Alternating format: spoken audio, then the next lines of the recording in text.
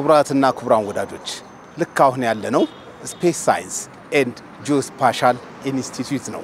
ይሄ ኢንስቲትዩት ምን ስራዎችን ይሰራል የሚለውን ከቢሮው ጀምረን እንዲሁም እንጦጦ ኦብዘርቫቶሪ ሴንተር ድረስ በመሄድ ጉዳዮቻቸውን የሚሰሩትን ስራዎቻቸውን እናያለን፣ እንቃኛለን። ይሄ ዝግጅት ለብዙዎች እንዲደርስ ላይክ ሼር እንድታደርጉ በታላቅ አክብሮትና ትህትና ጠይቃችኋለሁ። አስተያየት መስጫው ላይ አስተያየት ጻፉልኝ። ይሄ ለሁላችሁም የሚሆን ሁላችሁም ልታዩት የሚገባ ዝግጅት ነው። ይመቻችሁ። ጥሪያችንና ክብራችሁ ስለመጣችሁ በተቋሙ ስም ላመሰግን ወዳለሁ። የተከበሩ አቶ አቢሳ ይልማ የስፔስ ሳይንስና ጂኦስፓሻል ኢንስቲትዩት ዋና ዳይሬክተር፣ የተከበራችሁ ጥሪ የተደረገላችሁ በሚዲያው ዘርፍ የምትሰሩ ባለሙያዎችና የሚዲያ ባለቤቶች እንኳን በሰላም ወደ ኢትዮጵያ ስፔስ ሳይንስና ጂኦስፓሻል ኢንስቲትዩት መጣችሁ። በተቋሙ ስም ጥሪያችንን አክብራችሁ ስለመጣችሁ ከልብ ምስጋናዬን ማቅረብ እወዳለሁ። ዛሬ የተገናኘንበት ዋና ዓላማ ተቋማችን ከተቋቋመ ከ3 ዓመት ጊዜ ቢሆነውም ላለፉት 3 ዓመት በተቋሙ ስንሰራቸው የነበሩትን ስራዎችና አደረጃጀቶች እንደዚሁም የምርምርና ቴክኖሎጂ ሽግግሮች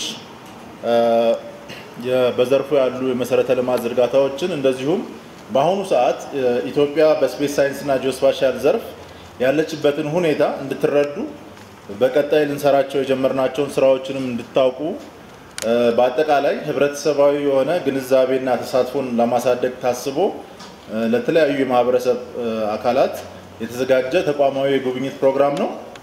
በዚህ ፕሮግራም ላይ በተለይ የሚዲያ አካላት ትውልድን ለመገንባት፣ ለመቅረጽ፣ ለማስተማር፣ ለማነጽ እንደዚሁም ማህበረሰባዊ ለውጥ ለማምጣት ትልቅ ሚና ስላላችሁ የጉብኝቱን መሪ ቃል ስፔስን ለትውልድ ግንባታ በሚል ሰይመነዋል። በጉብኝታችሁም ወቅት በዚህ ባለንበት በዋናው የስፔስ ሳይንስና ጂኦስፓሻል ኢንስቲትዩት የሚገኙ የምርምር ማዕከላትን እንደዚሁም ደግሞ በእንጦጦ የሚገኘውን የእንጦጦ ኦብዘርቫቶሪ ምርምር ማዕከል የምትጎበኙ ይሆናል። በድጋሚ ጥሪያችንን አክብራችሁ ስለመጣችሁ እያመሰገንኩ እንኳን ደህና መጣችሁና የዕለቱን መልእክት እንዲያስተላልፉልን የተከበሩ አቶ አቢሳ ይልማ የተቋማችን ዋና ዳይሬክተርን እጋብዛለሁ። አመሰግናለሁ።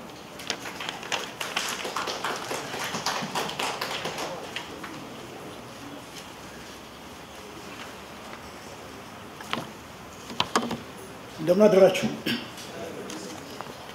እንኳን በደህና ወደ ስፔስ ሳይንስና ጂኦስፓሻል ኢንስቲትዩት መጣችሁ። በመካከላችን የጀግናው መከላከያ ሰራዊት የክብር አባል የሆኑት አበበ ቶላና ውብሸት ታዬ ያሉ ስለመጣችሁ ድጋሚ እናመሰግናለን። መልካም። ዛሬ እንግዲህ በዚህ ማቀርበው መልእክት ምንድነው? አንደኛ የስፔስ ሳይንስና ጂኦስፓሻል ኢንስቲትዩት ምንድነው የሚሰራው? እስካሁንስ ምን ሲሰራ ነበር? ዛሬስ ምን እናያለን? ከዚህ ባሻገር ደግሞ የዕለቱ ቁልፍ መልእክት ብለን እናንተ እንደ ሚዲያ ለህብረተሰቡ ማድረስ የሚገባችሁ ቁልፍ መልእክት ምንድነው የሚለውንም ለማቅረብ ሞክራለሁ ማለት ነው። ስፔስ ምንድነው ከሚለው እንነሳ። ስፔስ በተለምዶ ከመሬት ከ100 ኪሎ ሜትር በላይ ያለውን ስፍራ የሚሸፍን ነው። እንደዛ ይባል እንጂ ምድርም የስፔስ አካል ነች። ለመርዳት እንዲቀል ነው። ስለዚህ ከመሬት ሆነን ወይም ደግሞ ህዋ በምንለው ውስጥ ሆነንም ቴክኖሎጂዎችን ተጠቅመን ህዋን ማጥናት እንችላለን።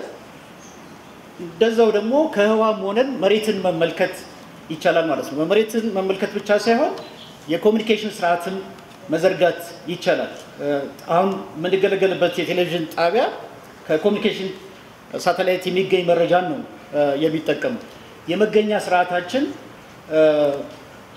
በተለምዶ ጂፒኤስ እያልን የምንጠቀመው ሌሎችም የመገኛ ስርዓቶች አሉ። እነዚሁም የስፔስ ውጤቶች ናቸው። ከላይ ሆኖ በሚነሳ ምስል ደግሞ መሬትን ይበልጥ ለመረዳትና ከዚህ የተገኘውን መረጃ ደግሞ ለተለያዩ የልማት ስራዎች ጭምር ለማዋልም ይጠቅማል ማለት ነው። ጂኦስፓሻል ሲባል ደግሞ የት ነው ለሚለው ጥያቄ ምላሽ የሚሰጥ ነው። the science of where እንለዋለን። ለምሳሌ ልማቶች ከመዘርጋታቸው ወይም ከተዘረጉ በኋላ የት ነው የሚለው ጥያቄ አብሮ ይመጣል። የቦታ ስርጭቱ ምን ያክል ነው? ፍትሃዊ ነው ወይ? ተደራሽ ነው ወይ? ወዘተ የሚሉትን ጥያቄዎች እንደገና አንድ ቦታ ወይም አንድ ነገር በምድር ላይ የት ነው ያለው የሚለውን ጭምር የሚያመለክተን ምክንያቱም እያንዳንዱ ቦታ የራሱ የሆነ ዩኒክ መገኛ አለው። ስለዚህ ከዚህ ዩኒክ ከሆነ መገኛ ጋር አስተሳስሮ የሚገልጽልን ሳይንስ ነው ማለት ነው ጂኦስፓሻል የምንለውና እነዚህን ሁለቱን አጣምረን ነው እንግዲህ የያዝነው። መሪ ቃላችን ከምድር እስከ ህዋ ነው፣ ሁለቱንም ስለምንሸፍን ማለት ነው። በዚህ መሪ ቃል ስር ላለፉት 3 ዓመታት በተለይም የኢትዮጵያ ስፔስ ሳይንስና ቴክኖሎጂ ኢንስቲትዩት እና የቀድሞ የጂኦስፓሻል ኢንፎርሜሽን ኢንስቲትዩት ይባል የነበረው አብዛኞቻችሁ የካርታ ስራ ድርጅት በሚለው ታውቁታላችሁ ወይም ቦታ ብዬ አስባለሁ። እነዚህ ተዋህደው ከ2014 ዓመተ ምህረት አንስቶ የስፔስ ሳይንስና ጂኦስፓሻል ኢንስቲትዩት ከተባለ በኋላ ላለፉት 3 ዓመታት በውስጥ መጎልበት በውጤት መውጣት ብለን ስንሰራን ይቆያል። በውጤት ለተገልጋዮቻችን አገልግሎታችን ለሚፈልጉ ለመድረስ እኛም መጎልበት አለብን፣ መደራጀት አለብን ብለን በውስጥ አቅማችንን የማጎልበት ስራዎች ስንሰራን የቆየ ነው። ደግሞ በውጤት ለባለድርሻ አካላት ለተገልጋዮቻችን የምናደርሳቸውን ምርትና አገልግሎቶችም እንደዚሁ ስናዘጋጅ ስንሰራን የቆየ ነው ማለት ነው። አሁን ደርሰን ደግሞ እንደ እቅዶቻችንን ሁሉ የምንመራበት መሪ ሀሳብ ምንድነው? በውስጥ እንጎለብታለን፣ በውጤት እንወጣለን፣ ተፈላጊነታችንን ጨምረን አውራ ተቋም እንፈጥራለን ብለን ነው አጠቃላይ ስራችንን እየመራን ያለ ነው ማለት ነው። ከዚያ አኳያ ለምሳሌ በዋናነት የተሰማራንባቸው ስራዎች አንዱ ተቋማትን በስልጠና ማገዝ ነው። በተለይም ከጂአይኤስ ከሪሞት ሴንሲንግ ከጂኤንኤስኤስ ወዘተ ጋር የተገናኙ አጫጭር ስልጠናዎችን ለተቋማት እንሰጣለን። በዚህ በስፔስ ዘርፍ በተለይም በከፍተኛ ደረጃ የሰለጠነ የሰው ኃይል በገበያ ስለሌለ በእኛ ኮንቴክስት ማለት ነው። ይህንን ለመቅረፍ ሲባል ከከፍተኛ ትምህርት ተቋማት ጋር በትብብር የማስተርስ እና የፒኤችዲ ፕሮግራሞች ይሰጣሉ። በአስትሮኖሚ፣ በስፔስ ሳይንስ፣ በጂኦዴሲ፣ በሪሞት ሴንሲንግ እንደዚሁም በኢንጂነሪንግ ዘርፎች በኤሮስፔስ ኢንጂነሪንግ፣ በኤሮኖቲክ ኢንጂነሪንግ እና በስፔስ ኢንጂነሪንግ በማስተርስ እና ፒኤችዲ ፕሮግራሞች ተከፍተው ማለት ነው። ከዚህ ውስጥ አብዛኞቹ ተመርቀው በከፊል የሚሆኑት እኛም ጋር ተቀጥረው እየሰሩ ነው። በሌሎች ተቋማትም ጭምር ገብተው ከሰው ኃይል አንጻር ያለብንን ያቅም ክፍተት እየሞላን ነው ማለት ነው። ሌላው የምርምር ስራዎች እንሰራለን። በአስትሮኖሚ ፊልድ፣ በስፔስ ሳይንስ ቅድም በተጠቀስኳቸው ፊልዶች በሙሉ የምርምር ስራዎች ይሰራሉ። እነዚህ የምርምር ስራዎች ዓለም አቀፍ ተቀባይነት ባላቸው ጆርናሎች ይታተማሉ። መታተም ብቻ ሳይሆን ደግሞ እነዚህ የምርምር ውጤቶች አንድ ላይ ሲንተሳይዝ ተደርገው ወደ አገልግሎት የሚውሉበትንም ነገር እናመቻቻለን ማለት ነው። በተለይም በዚህ ዓመት የኛ ስራ ሄዶ የልማት አስፈጻሚ ተቋማትን የሚሰጧቸው ውሳኔዎች መረጃ ላይ ሳይንሳዊ የተተነተነ ሳይንሳዊ መረጃ ላይ የተመሰረተ እንዲሆን የሚወጡ ፖሊሲዎች በእነዚህ ላይ የተንተራሱ እንዲሆኑ ማድረግ ስለሆነ ማዕከላትን አደራጅተናል። በኋላ በጉብኝታችን የምናየው ማለት ነው።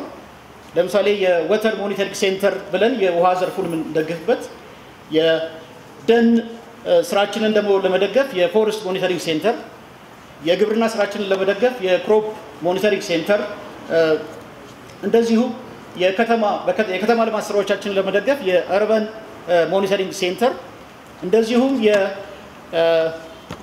የሰስቴኔብል ዲቨሎፕመንት ጎል የሚባሉትን የዩኤን 17 የልማት ግቦች ጋር በተያያዘ የኛ ዘርፍ የትኞቹን ጎሎች ለማሳካት ይረዳል ብለን ለይተን ይሄንኑ የሚደግፍ ማዕከል አቋቁመናል። ከዲዛስተር አኳያ በተለይም የተፈጥሮ አደጋዎች፣ ድርቅ፣ ጎርፍ፣ የመሬት መሸራተት፣ የመሬት መንቀጥቀጥ እንደዚሁም እሳት ሊያደርሱ የሚችሉትን ጉዳት አስቀድሞ ለማወቅ እና ለመተንበይ በጥናት የሚያስችል ማዕከል አደራጅተናል። የዲዛስተር ሞኒተሪንግ ሴንተር ማለት ነው። በኋላ በጉብኝታችን እናያለን። የገጠር መሬት ሀብታችንን ማወቅ እና ማስተዳደር የሚያስችሉ መረጃዎች የምንሰጥበት ማዕከልም እንደዚሁ አደራጅተናል።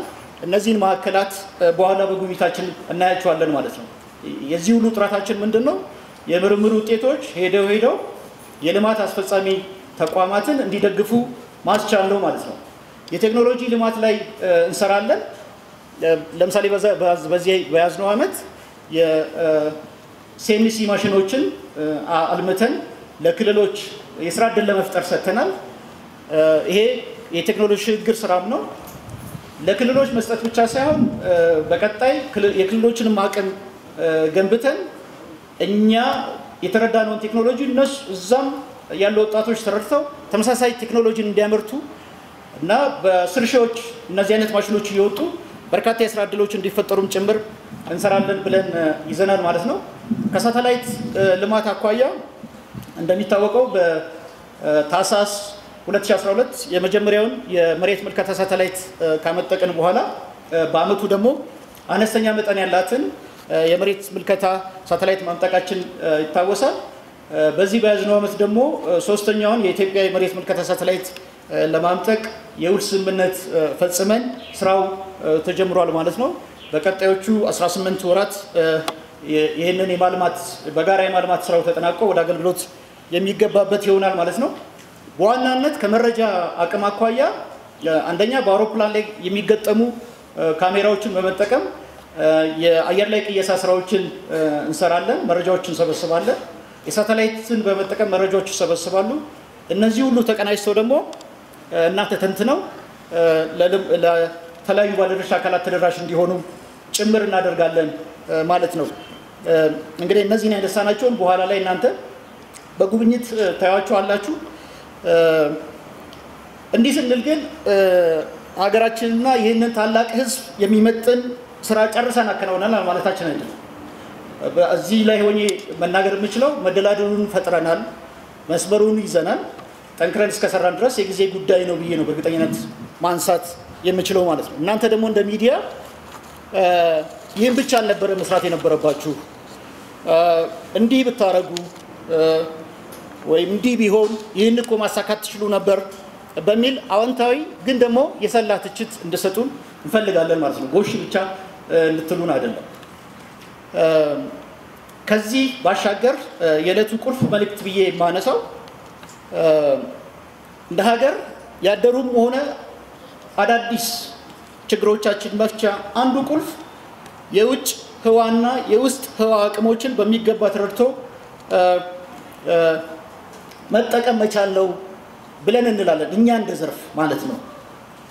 በርካታ ምክንያቶች ሊነሱ ይችላሉ፣ በርካታ ፋክተሮች ሊተነተኑ ይችላሉ ከሌላ ዘርፍ አኳያ። እኛ ግን እንደ ስፔስ ሳይንስ እና ጂኦስፓሻል ኢንስቲትዩት the power of outer space and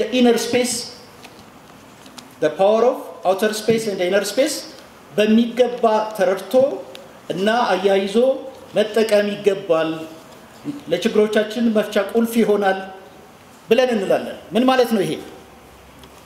የነገሮች ሁሉ መነሻ ምናብ ነው። የሰው ልጅ የማሰላሰል የማሰብ ነገሮችን በአእምሮ የመሳል አቅም ማለት ነው። የጥበብ ምንጭም እሱ ነው። በህግ የማይገደብ በድንበር የማይታጠር ማለት ነው። ከምናብ ነው ሳይንስ የሚመጣው። ሳይንስ ለምንና እንዴት ለሚሉ ጥያቄዎቻችን ምላሽ የሚሰጥ ነው። አዲስ ነገር አይፈጥርም። በነገራችን ላይ ሳይንስ የነበረውን ነው የሚያውቀው፣ የሆነውን ነው የሚያውቀው፣ የሆነውን ነው የሚገልጸው ማለት ነው። ከዛ ስለ ፈጠራ ስንል ተደጋግሞ ይነሳል። ፈጠራ ቴክኒካዊ ለሆኑ ችግሮቻችን መፍትሄ የምንሰጥበት ነው። ቴክኖሎጂ ደግሞ ከተግባራዊ ልምድና ከሳይንሳዊ ምርምር የተገኙ እውቀቶችን ደምረን አንድ ምርት ወይም አገልግሎት ለማውጣት የምንጠቀምበት እውቀት ማለት ነው። ኢኖቬሽን ደግሞ ይሄንን አት ኢኮኖሚ ኦፍ ስኬል አምርተን ተጽዕኖ ማምጣት ሲችል ነው ማለት ነው። ስለዚህ እነዚህ አሁን ያነሷቸው ተርሞች በሙሉ የተያዙ ናቸው። አንዱ ከሌላው ጋር የሚናበብ ነው። መነሻው ግን ምናብ ነው ማለት ነው። ኢማጂኔሽን ነው ማለት ነው።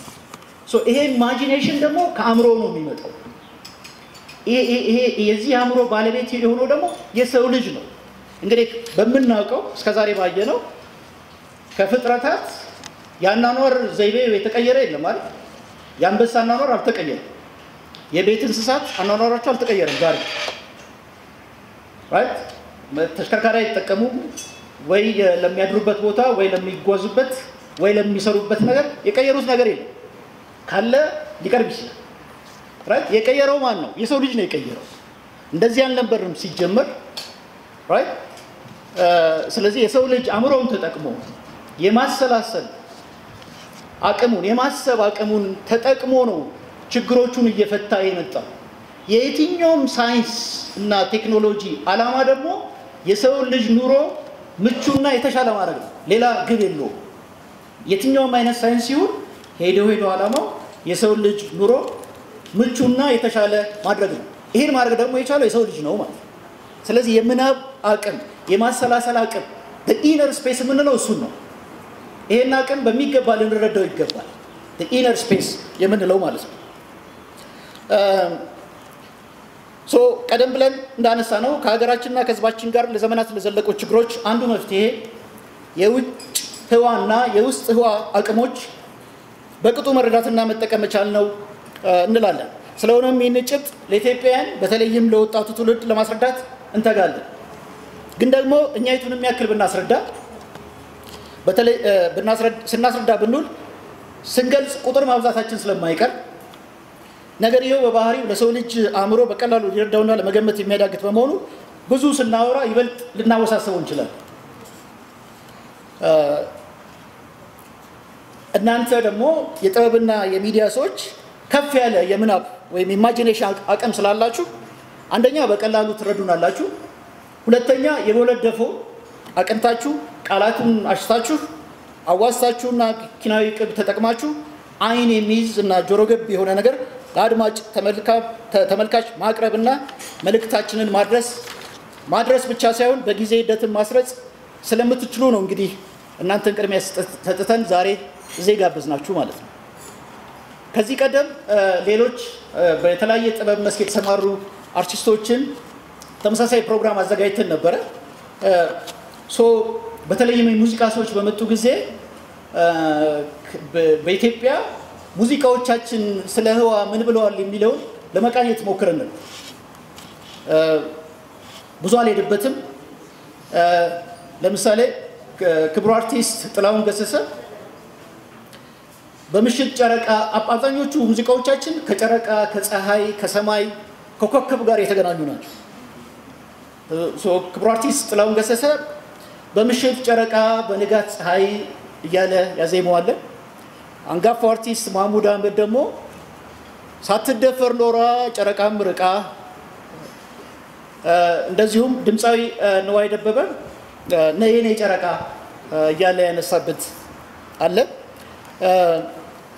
ግዛቸው ተሸሞ ደግሞ እንዴት ሰራት እያለ የውቢቷን ድምቀት ከፀሐይ ጋር ያመሳሰለበት ሀሊማ አብዱራማን የሳቸው ሰማይ የኔም ሰማይ እያለች ሰማዩ ለሁሉ በኩል የተሰጠ ሁሉ የሚጋራው ለማንም የብቻው ያልሆነ መሆኑን የመሰከረችበት ሃና ግርማ ጨረቃ በሚለው ሙዚቃ ጨረቃ የብቸኝነቷ ተጋሪ ሚስጥረኛ ጓደኛዋ አድርጋ ሳለችበት ምስራቅ ሱራፌል ኮከቤ ነሽ የኔ አድማቂ በሚለው ሙዚቃው የወደዳት ሸጋ ልክ እንደ ኮከብ የኃያልነትና የጉልበት ምንጭ አድርጎ የገለጸበት አሊ ቢራ በፈንታው ሞናሊዛ በሚለው ሙዚቃው ያ ውርጂ ፊልፊሌ በሬዶ አከኬቲና ናገርኔ ተከለ እያለ የጉብሊቷ ውበት ከሞናሊዛ የበለጠ ከኮከብ የተስተካከለ መሆኑን የገለጸበትን አይተናል ዛሬ ግን ለዚህ አድማጭ ማቀርበው በቅርቡ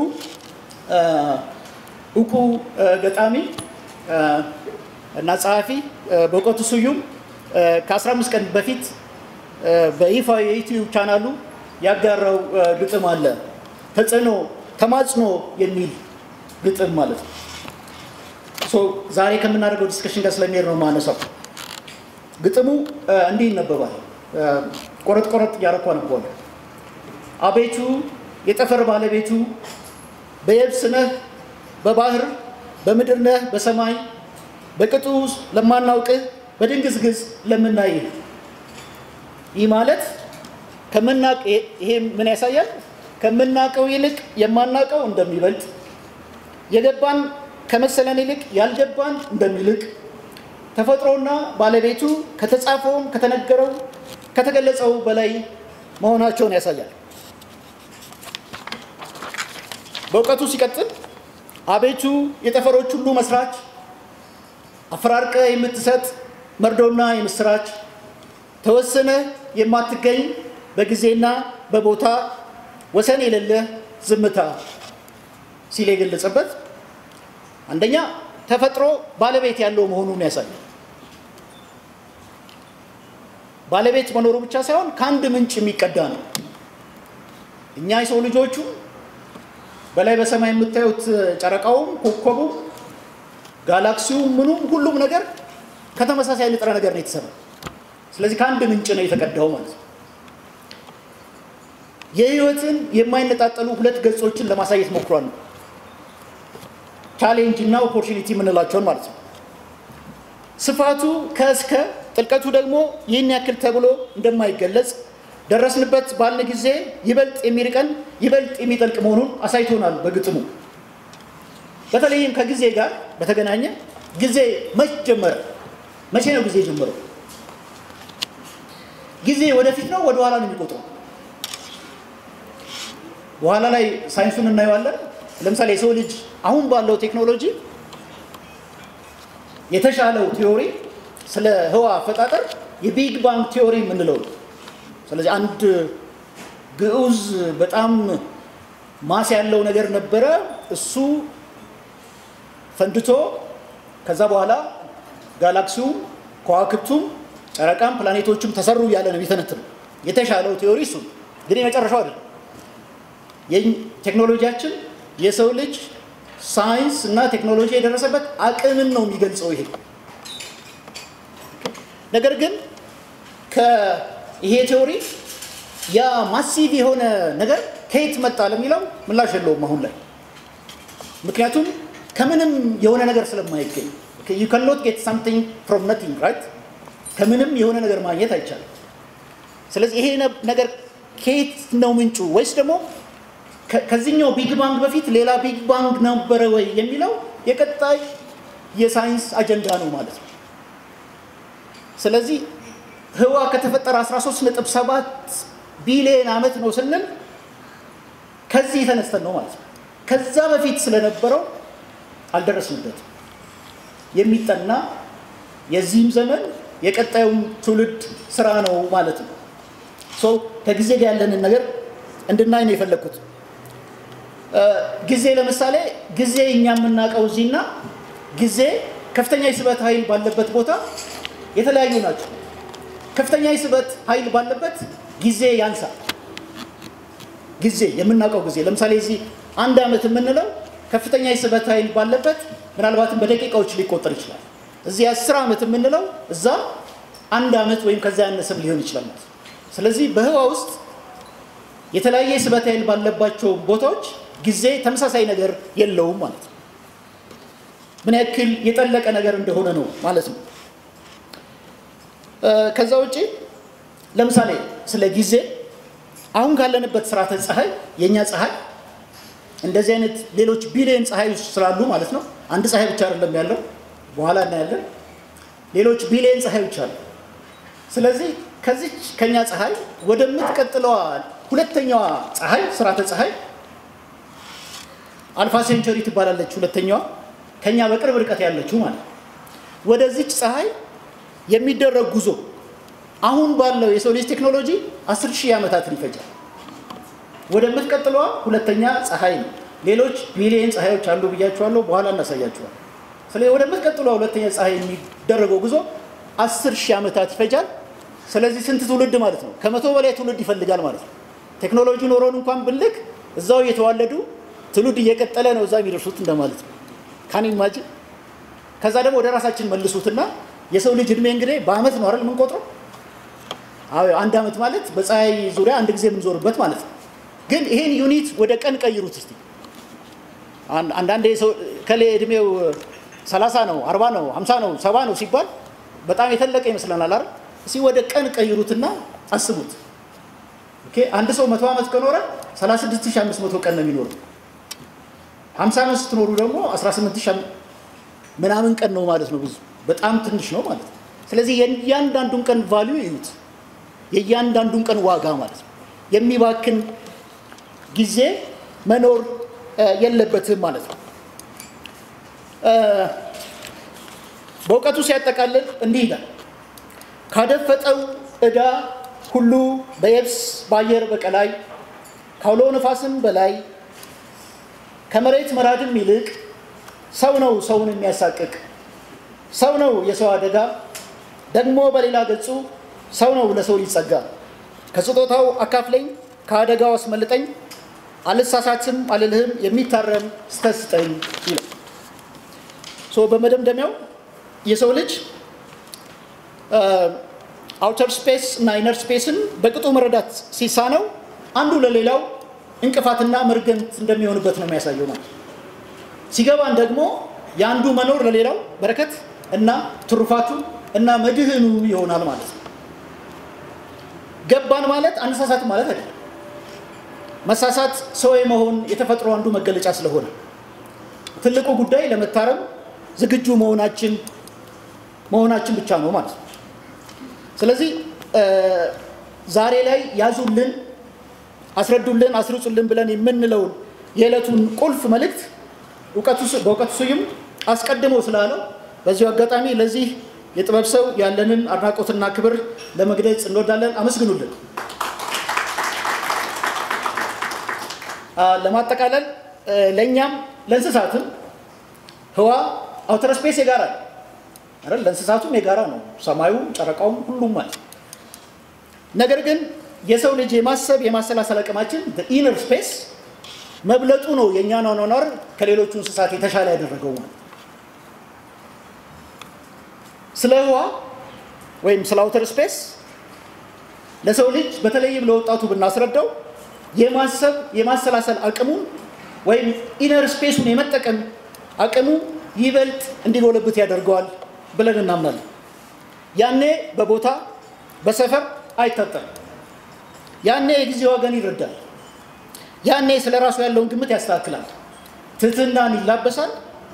ያኔ የተፈጥሮን ሁለት ገጽ ኦፖርቹኒቲ ኤንድ ቻሌንጅ በአግባቡ ያስተናግዳል።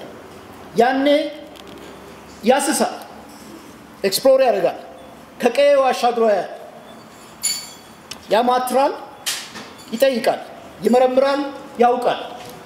ያኔ ገጠሙኝ አሉብኝ ወይም አለብን ብሎ የሚላቸውን ችግሮች ለመፍታት መፍጠር ይጀምራል። ፈጠራውን በቁስ ወይም በአገልግሎት ይገልጸዋል። ያ ሲሆን እንደ ግለሰብ ብቻ ሲሆን እንደ ማህበረሰብ እንደ ሀገር እናድጋለን። ተንከባለው የመጡትንም ሆነ አሁን ገጠሙን የምንላቸውን ችግሮች መፍታት እንችላለን። ዛሬ ላይ የምናብ አቅምን መጠቀም ለሞከረ ወጣት ወርቅ ጊዜ ነው ብዬ እላለሁ። ምክንያቱም ጊዜው የዲጂታል ነው። ከሁሉም በላይ ደግሞ እንደ ሀገር በተለይ የፈጠራ አቅም ያላቸው ወጣቶች በባትሪ የሚፈልጉበት ጊዜ ነው ዛሬ። ስለዚህ ይሄ ጊዜ የወርቅ ጊዜ ነው። በተለይ ለወጣቱ የመፍጠር አቅም ያለው የማሰላሰል አቅም ላለው ወጣት ይሄ ጊዜ ከጊዜያት ሁሉ የተሻለ ወርቅ ጊዜ ነው። ይህንን እውነታ በማስረዳት ለብዙዎች እንዲጋባ እንዲሰርጽና ባህል እንዲሆን በማድረግ ውስጥ የጥበብና የጥበብ ሰዎች ሚና የሚዲያና የሚዲያ ባለሙያዎች ሚና ምትክ የማይገኝለት ነው። የሚዲያን ትርክት የማስረግና ተጽዕኖ የመፍጠር አቅም ይህንን መልእክት ለማስተላለፍ በጋራ እንጠቀምበት እላለሁ። በድጋሚ ስለመጣችሁ እጅግ አድርጌ አመሰግናለሁ። ዘይስልክ አንድ ልጋብዛችሁ።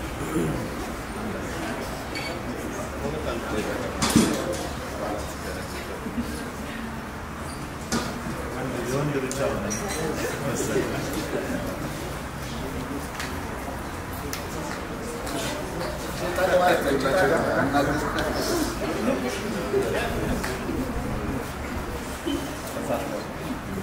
ወደ ካሜራ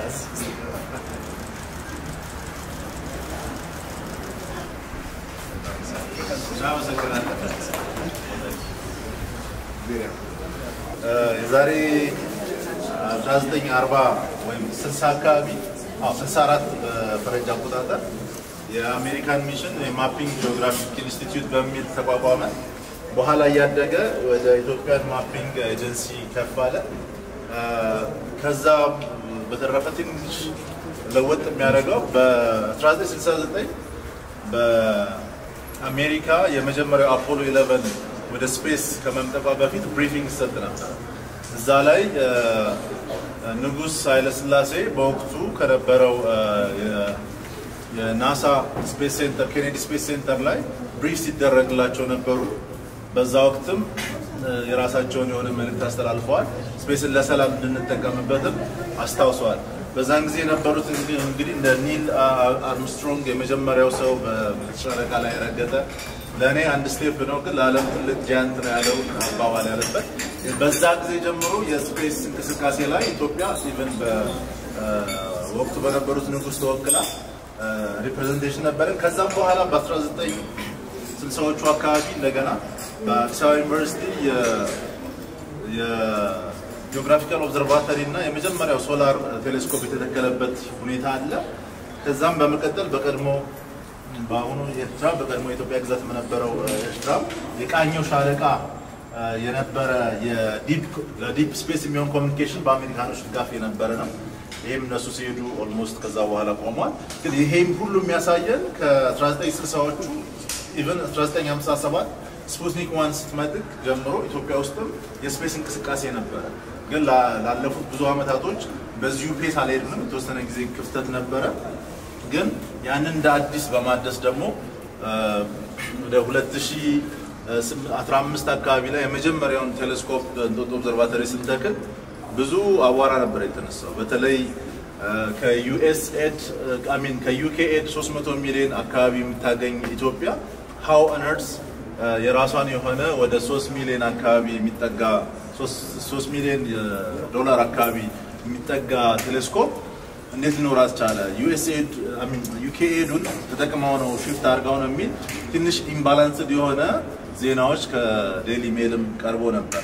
ግን በዚህ እኛ አልቆምንም። አትሊስት ስፔስ ላይ ቅድም አቶ ቢሳ እንዳሉት ስፔስ ላይ ደፍሮ መግባት ለብዙ ነገሮች መሰረት ስለሆነ 2015 እንደዚህ ተብሎ 2016 ላይ ነው የመጀመሪያውን ሳተላይት የተፈራረም ነው ከቻይና መንግስት ጋር። ይሄም ሂደት ሄዶ 2019 አስፈላጊውን የሆነ ሪቪዥን ከተካሄደ በኋላ ለሳተላይቷ መምጠቅ ችሏል ማለት ነው። እዚህ ጋር እንደምታዩት ቢሰም ወጣት ነበር።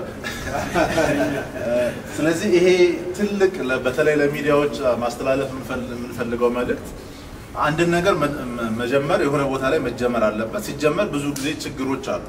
በተለይ በማደግ ላይ ላሉ ሀገሮች እንቅፋት የሚሆነው ነገር ምንም ነገር አልችሉም አይነት ስሜት ዴቨሎፕ እያደረግ እንድንሄድ በተለያየ ተጽዕኖ ይፈጠርብናል።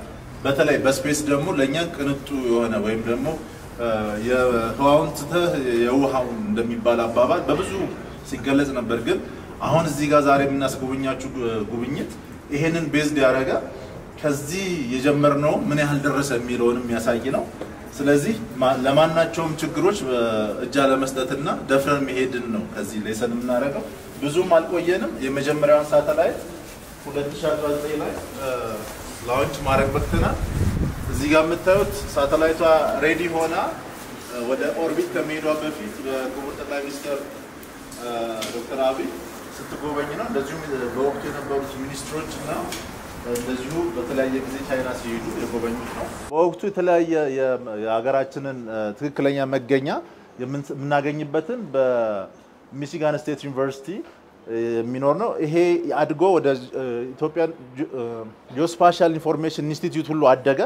በሂደት ግን በነበረው የማዋቀራዊ ለውጥ ሁለቱ ተቋማቶች አንድ ላይ መሆን አለባቸው በሚል ሂደት የቀድሞ ስፔስ ሳይንስ እና ቴክኖሎጂ ኢንስቲትዩት የነበረውና ጂኦስፓሻል ኢንፎርሜሽን ኢንስቲትዩት አንድ ላይ በመዋሃድ ስፔስ ሳይንስ እና ጂኦስፓሻል ስፔስ ሳይንስ ኤንድ ጂኦስፓሻል ኢንስቲትዩት በማለት ኤስኤስጂ የሚለውን ስያሜ ሰጥቶ ከ2014 ጀምሮ ወደ ስራ ገብተናል። ይሄ የምትዋቸው በልጆች ላይም የተለያየ ስራዎች እንሰራለን። በቅርቡ በራሺያ በተካሄደው የአስትሮኖሚ ኦሎምፒያድ ላይ የኛ ወጣቶች ባይዘው በኋላ ስትጎበኙ የኢትዮጵያን ስፔስ ኪድስ ክለብ የሚባል አለ። ወጣቶችን በስፔስ ዘርፍ እንዲሰሩ የምናግዝበት ክፍል ነው።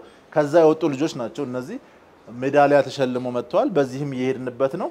እነዚህ ደግሞ የነበሩትን አመራሮች ለማስተዋወስ ነው። ከቀድሞው ካርታ ስራ ጀምሮ እንጦጦ ኦብዘርቫቶሪ ጀምሮ የነበሩ አመራሮች በለውጡ ወይም ደግሞ መርጅ ሲያረጉ ሁለቱ ተቋሞችም የነበሩ ዋና ዳይሬክተሮች ናቸው ዶክተር ቱሉ አቶ አብዲሳ ግን ከኤስኤስጂ ከሆነ ጊዜ ጀምሮ በዋና ዳይሬክተርነት አቶ አብዲሳ እንደዚሁም በምክትል አቶ በላቸውና ዶክተር ይሽሩን አሁን በአሁኑ ሰዓት ስቴት ሚኒስትር ናቸው እንደዚሁም ኢንጂነር አብዱራዛቅና ኢንጂነር ቤተልሔም በምክትል ዋና ዳይሬክተርነት ያገለገሉ ነው ይሄ እንግዲህ ታሪካዊ ዳራና ሚዲያው ምን ይላል የሚለውን ለማስገንዘብ ተጠቅመው ነው እናመሰግናለን ስለዚህ ወደ ሴንተሮቹ ይሄ ግሩፕ ወደ ሴንተሮቹ እንዴት እንጠይቃለን እንኳን ደህና መጣችሁ በድጋሚ በዚህ ማዕከል ወተር ሞኒተሪንግ ሴንተር ነው የሚባለው በዚህ ማዕከል የተለያዩ የውሃ አካላትን መረጃ የጂኦስፓሻል መረጃ ተሰባስበው ተተንትኖ ለተለያዩ ውሳኔ ሰጪ አካላት መረጃ የሚደርስበት ነው ሪል ታይም ሪላየብል ኤንድ አኩሬት ኢንፎርሜሽን ማለት ነውና የውሃ አካላትን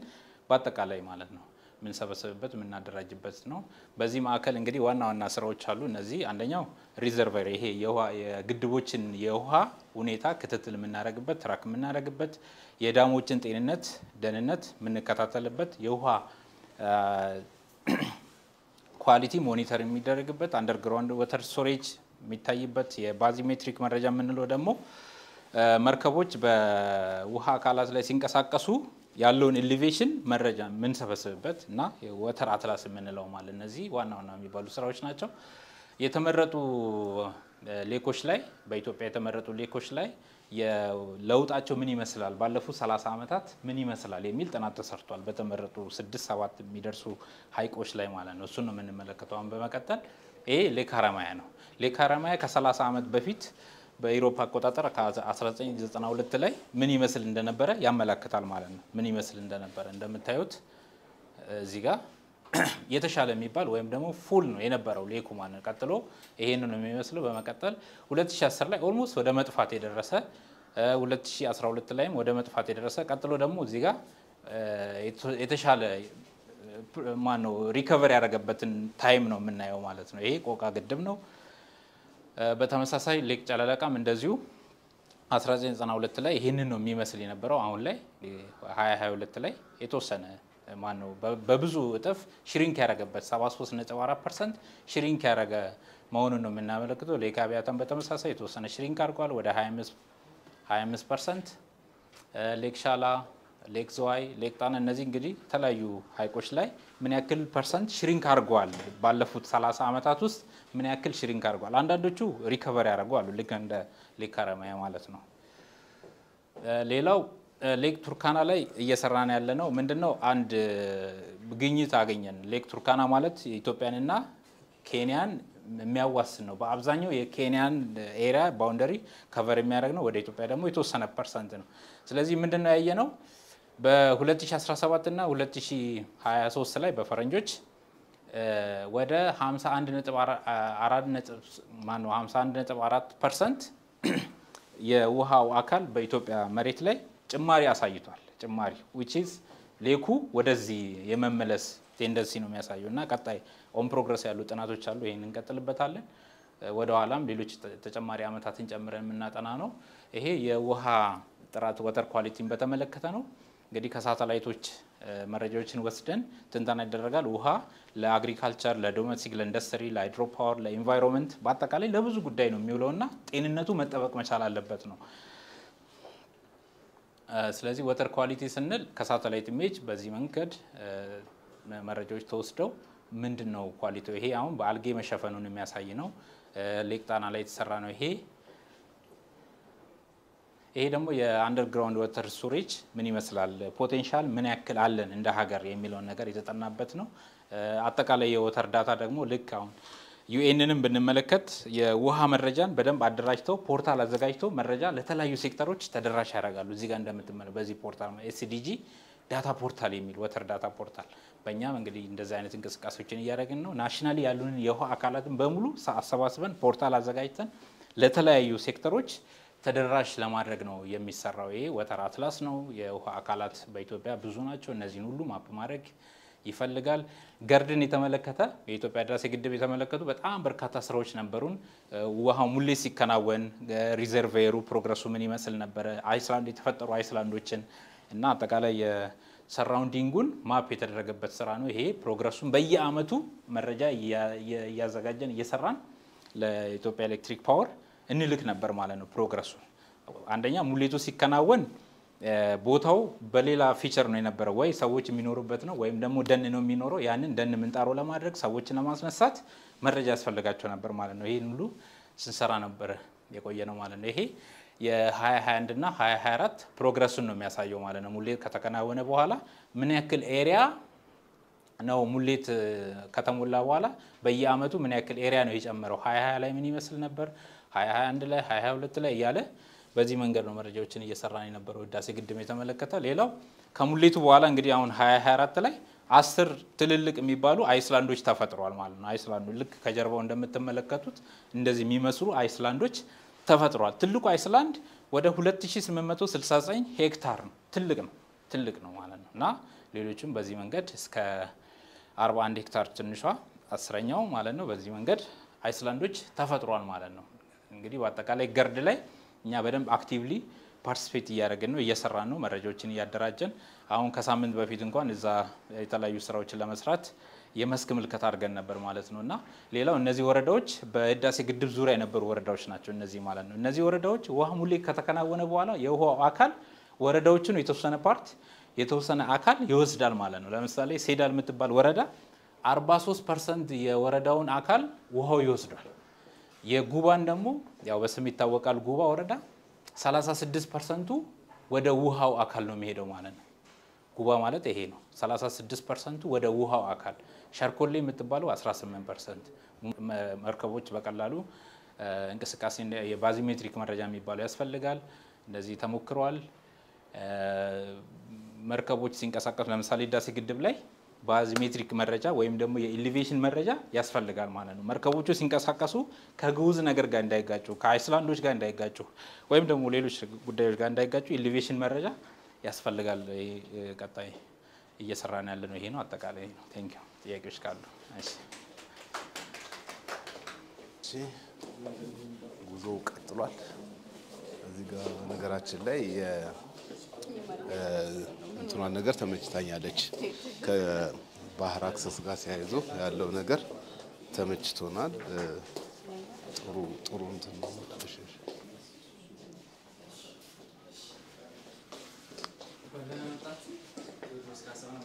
የዚህ ሴንተር አስተባባሪ ነኝ። ሰላም ነው። ይሄ ሴንተር የፎረስት ሞኒተሪንግ ሴንተር ይባላል። አገሪቱና ተቋማችን ደንን የተመለከቱ ስራዎች የምንሰራቸውን ስራዎች በጂኦስፓሻል መረጃ የምናደራጅበት ሴንተር ነው። ስለዚህ እንደ ሴንተር 4 ዋና ሚሽኖች አሉ። ናሽናል ፎረስት ከቨሬጅ፣ ግሪን ሌጋሲ፣ ፎረስት ፋየር እና ክላይሜት ፋይናንስ የሚባሉ ስራዎች እንድንሰራ ነው ሴንተሩ የተቋቋመው። በዋናነት ለፎረስት እና ክላይሜት ሶርስ ሪላያብል መረጃ ጂኦስፓሻል መረጃ ማለት ሎኬሽን ቤዝድ መረጃ ለፐብሊኩ እና ለመረጃ ለሚፈልጉት አካላት ማቅረብ ማለት ነው። ስለዚህ ከዴፊኒሽን እንጀምር። እንግዲህ በኢትዮጵያ ዴፊኒሽን መሰረት ፎረስት የሚባለው ግማሽ ሄክታር ቦታን የሚሸፍን ኤሪያ የያዘ ቁመታቸው ከ2 እና ከዛ በላይ ያላቸው ዛፎች በፎረስት ካታጎሪ ውስጥ ይመደባሉ። እንደዚሁም ደግሞ ካኖፒ ከቨር የሚባል ነገር አለ። ጫካና ደን የሚባል ነገር አለ በአማርኛ ብርሃን ማስገባት አቅማቸውና ምናምን ማለት ነው። 10% እና ከዛ በላይ ካኖፒ ካለው ያ አካባቢ እንደ ደን ይቆጠራል ማለት ነው። ሌላኛው 3 ካታጎሪዎች አሉን በእኛ ሀገር ዴፊኒሽን ፎረስት የሚባሉት እዚህ ጋር እንደምታዩት ሳር ብሔራዊ ፓርክ ነው። እንደዚህ የሄደ ሰው ያውቃል አይደል ምን ያክል ካኖፒ ከቨር እንዳላቸው። በዛ ካታጎራይዝ ይደረጋሉ። ተቋማችን በዋናነት 2 ትልልቅ ስራዎች አሉት። ደንን የተመለከቱ ስራዎች፣ ሌሎች ደግሞ በፕሮጀክት እና በሪሰርች የተሰሩ ስራዎች አሉ። እነሱን አጠር አድርጌ ለማቅረብ ሞክራለሁ። የመጀመሪያው ቅድም ካልኩት ከመጀመሪያው ሚሽኑ አንጻር ናሽናል ፎረስት ከቨሬጅን በተመለከተ ታይም ሲሪየስ ዳታዎች ጊዜን መሰረት ያደረጉ ለ30 ዓመት ዳታ ሲሰበስብ ነበር። እነዚህ ዳታዎች አምና ጠቅላይ ሚኒስትሩ አረንጓዴ አሻራ ላይ አናውንስ እስካደረጉበት ጊዜ ድረስ ያሉት ማለት ነው። የኢትዮጵያ የደን ሽፋን 23.6 በመቶ ደርሷል ብለዋል አይደል? ስለዚህ ከ2003 ዓመተ ምህረት ጀምሮ የደን ሽፋንን ተቋማችን ጂኦስፓሻል መረጃውን ሲያመርት ቆይቷል። ሶ በየጊዜው ስታተሱ ኢንክሪዚንግ ትሬንድ ነው እንደምታዩት፣ አንዳንዴ ትንሽ አንዳንዴ ከፍ ያለ ነገር ይመጣል። እዛ ጋር እንደምታዩት ትልቅ ለውጥ አሳይቷል። ይሄ ብዙ ፋክተሮች ሊኖሩ ይችላሉ፣ በሂደት እናያቸዋለን። ሶ ሁለተኛው ስራ የአረንጓዴ አሻራ ስራ ላይ የምንሰራው ስራ ነው። ይሄ ለአረንጓዴ አሻራ ተቋማችን የቴክኒክ ኮሚቴው አባል ሆኖ ያገለግላል። ስለዚህ ችግኝ እንደገና ደግሞ መትከያ ቦታዎችን የተመለከቱ መረጃዎችን ከኛ ጋር አብሮ ይሰራል ማለት ነው ኢኒሼቲቭ። ሶ 3 ስራዎች ይሰራል አረንጓዴ አሻራ ላይ። የመጀመሪያው ሎኬሽን፣ መትከያ ቦታዎች የት ነው ያሉት? እናንተ አምና ተክላችሁ ሊሆን ይችላል፣ ካቻምና ተክላችሁ ሊሆን ይችላል። እነዚህ መረጃዎች እዚህ ቦታ ነው ማለት ይቻላል ማለት ነው። ምን ያክል ችግኝ ተተክሏል፣ ምን ያክል ባምቡ ነበር፣ ምን ያክል ፍሩት ነበር የሚለውንም የሚያሳይ ይሆናል ማለት ነው። ሶ ይሄንን መረጃ እንሰበስባለን ሎኬሽናቸውን። ሁለተኛው ደግሞ ፐብሊኩ እንዲያውቅ ደግሞ ከላይ በምትመለከቱት ዌብሳይት አማካኝነት ለፐብሊኩ መረጃ እናደርሳለን ማለት ነው። ስለዚህ የአንድ ጀንበር ተከላን ጨምሮ አረንጓዴ አሻራ ስራዎችን በዚህ ዌብሳይት አማካኝነት ለፐብሊኩ እናቀርባለን። ሶስተኛው ስራ የሞኒተሪንግ እና ቬሪፊኬሽን ስራ ነው። ሞኒተሪንግ ስራ ይሰራል። ያ ማለት ዛፍ ተተክሎ ብቻ ስኬት ስለማይቆጠር መጽደቁ መድረቁ መታየት አለበት። ሶ እየጸደቀ ከሆነ እንክብካቤ እንዲቀጥል፣ እየደረቀ ከሆነ ደግሞ ማስተካከያ ነገሮች እንዲኖሩበት። ስለዚህ ቤዚን ቤዝድ የተፋሰስን መሰረት ያደረገ አናሊሲስ ስራ ይሰራል። እዚህ ጋር እንደምትመለከቱት የአረንጓዴ አሻራ ከመጀመሩ በፊትና የአረንጓዴ አሻራ አምና እስከነበረበት ድረስ ያለውን ስታተስ አባይ ቤዚን ላይ የምታዩት ነው። ሶ ለውጥ አለው፣ በሂደት ለውጥ አለው፣ ግን ብቸኛ ኮንትሪቢዩተር አይደለም ይሄ ሪዛልት የሚያመለክተው ቢኮዝ ተፋሰስ ስራዎች ላይ ሌሎችም ስራዎች ስለሚሰሩ ማለት ነው። ግን አንዱ ኮንትሪቢዩተር ነው ለዚህ ለውጥ ማለት ነው። ሁለተኛው የቬሪፊኬሽን ስራ ነው። ይሄ ደግሞ መስክ በመሄድ የችግኝ ዝግጅቱን፣ የቦታ ዝግጅቱን እንደገና ደግሞ ሲዩቴቢሊቲ ሳይት እና ችግኝ ሲዩቴብል ናቸው የሚሉትን ከሌሎች ተቋማት ጋር በጋራ በመሆን የሲዩቴቢሊቲ ፊልድ ቬሪፊኬሽን ስራ ይሰራል ማለት ነው። ሌሎኞቹ በፕሮጀክት ቅድም እንዳልኩት በሪሰርች ፕሮጀክትነት እንደገና ደግሞ በሙከራ ስራ የተሰሩ ስራዎችን ደግሞ አጠር አድርጌ ለማቅረብ ሞክራለሁ። እንግዲህ እንደምታውቁት ኢትዮጵያ ቀደም ሲል ኢትረስ ዋን ኢትዮጵያን ሪሞት ሴንሲንግ ሳተላይት ዋን የምትባል ሳተላይት ነበረቻት። ሶ ያ ሳተላይት የምድር ምልከታ ሳተላይት ስለሆነ ምስል ነው የሚልከው። ሶ ያ ምስል ለደን አናሊሲስ ስራዎች ይውላል አይውልም፣ ቬጂቴሽን የሚባለው ነገር ዲቴክት ማድረግ እንችላለን አንችልም የሚለውን ነገር አሰስመንት የተሰራበት ነው። ስለዚህ ይሄ ያዩ ፎረስት ላይ የተሰራ አሰስመንት ነው። ፎረስቱን የተመለከተ ነገር ከኢሜጁ ዲቴክት ማድረግ ተችሏል። ሶ ለአናሊሲስ ስራዎች መዋል ይችላል ማለት ነው። ሁለተኛው ላይዳር የሚባል ቴክኖሎጂ ያለው ተቋሙ። ላይዳር ማለት ላይት ይልክና ያንን ብርሃን ሜዠርመንት ወስዶ አናሊሲስ መስራት ነው። ሶ እንጦጦ ተራራ ላይ የተሰራ ስራ ነው ይሄ። ፎረስቱን የተወሰነች ኤሪያ ብቻ ስካን ተደረገ። ሶ በዚህ ስካን ሪዛልት 2 ስራዎች መስራት ተችሏል። አንድ ካውንት፣ ሁለት ደግሞ ግሩፒንግ። እንደምታዩት እያንዳንዱ ዛፍ አንዳንድ ቀለም አሳይን ተደርጎለታል። ስለዚህ ካውንት ስናደርገው ወደ 36531 ዛፎች ሆነዋል። ሶ አንድ ዛፍ አንድ ቀለም ከያዘ ሙሉ ሩቱንና ሊፉን ነው ካታጎራይዝ የሚያደርገው። ከዛ ደግሞ ቀለማችሁን ይሄ ቶፕ ቪው ነው። እያንዳንዱ ዛፍ አንዳንድ ቀለም ካለው ደግሞ ሃይቱን ቢኮዝ ከቶፕ እስከ ቦተም ስለሆነ ስካን የሚያደርገው ምን ማድረግ ይቻላል? በሃይቱ ተንተርሰን ካታጎራይዝ ማድረግ እንችላለን ማለት ነው። ሶ ካታጎራይዜሽን ስራ መስራት ተችሏል በዚህ ቴክኖሎጂ። ሌላኛው የአርቲፊሻል ኢንተለጀንስን ወይም ሰው ሰራሽ አስተውሎትን በመጠቀም ደግሞ ጅማ ዞን ውስጥ ሶላ የሚባል ፎረስት አለ። ፎረስቱ ከጊዜ ወደ ጊዜ ቮሊዩሙ እየቀነሰ መጥቷል። ያንን አናሊሲስ ለመስራት ተሞክሯል። ሶ ፎረስቱ ከቀነሰባቸው ምክንያቶች አንዱ የከሰል ማክሰል ተግባር ነው። ስለዚህ የነበረው ኮንትሪቢዩሽንም ከ14% ወደ 32% አድጓል። ሶ እርምጃ እንዲወሰድበት መረጃ የሚሰጥ ሆኖ አግኝተነዋል ማለት ነው። ሌላኛውና የመጨረሻው ተግባር ያው ማሽን ለርኒንግ የሚባል ነገር አለ። ማሽኑን በማለማመድ ራሱ ችሎ እንዲሰራ ማድረግ ነው። ሶ ይሄ በጅምር ላይ ያለ ፕሮጀክት ነው። አናሊሲስ ለመስራት እንዲያስችል፣ ፎረስት ስታተስን ለመስራት እንዲያስችል ጉግል እርዝ ኢንጂንን በመጠቀም እየተሰራ ያለ ስራ ነው። አመሰግናለሁ። ግን አንድ ነገር እየጠበቅኩኝ ነው። የምጠብቀው ነገር ደግሞ ባለፈው በተለይ ሰሞኑን ከአፋር አካባቢ ታየ የተባለው ነገር በሌላ በአይ ቲንክ የካናዳ መሰለኝ አይደለ ሳይንስ ላይ ምንድነው ስፔስ ላይ የታየ አንድ ምስል አለና እስቲ አሁን እየተከታተልኩ ነው መጨረሻ ላይ ይሄንን ለማየት ያልቻል ነው ለምንድን ነው የሚለውን እንጠይቃለን ብለህ ያስባለሁ ኑ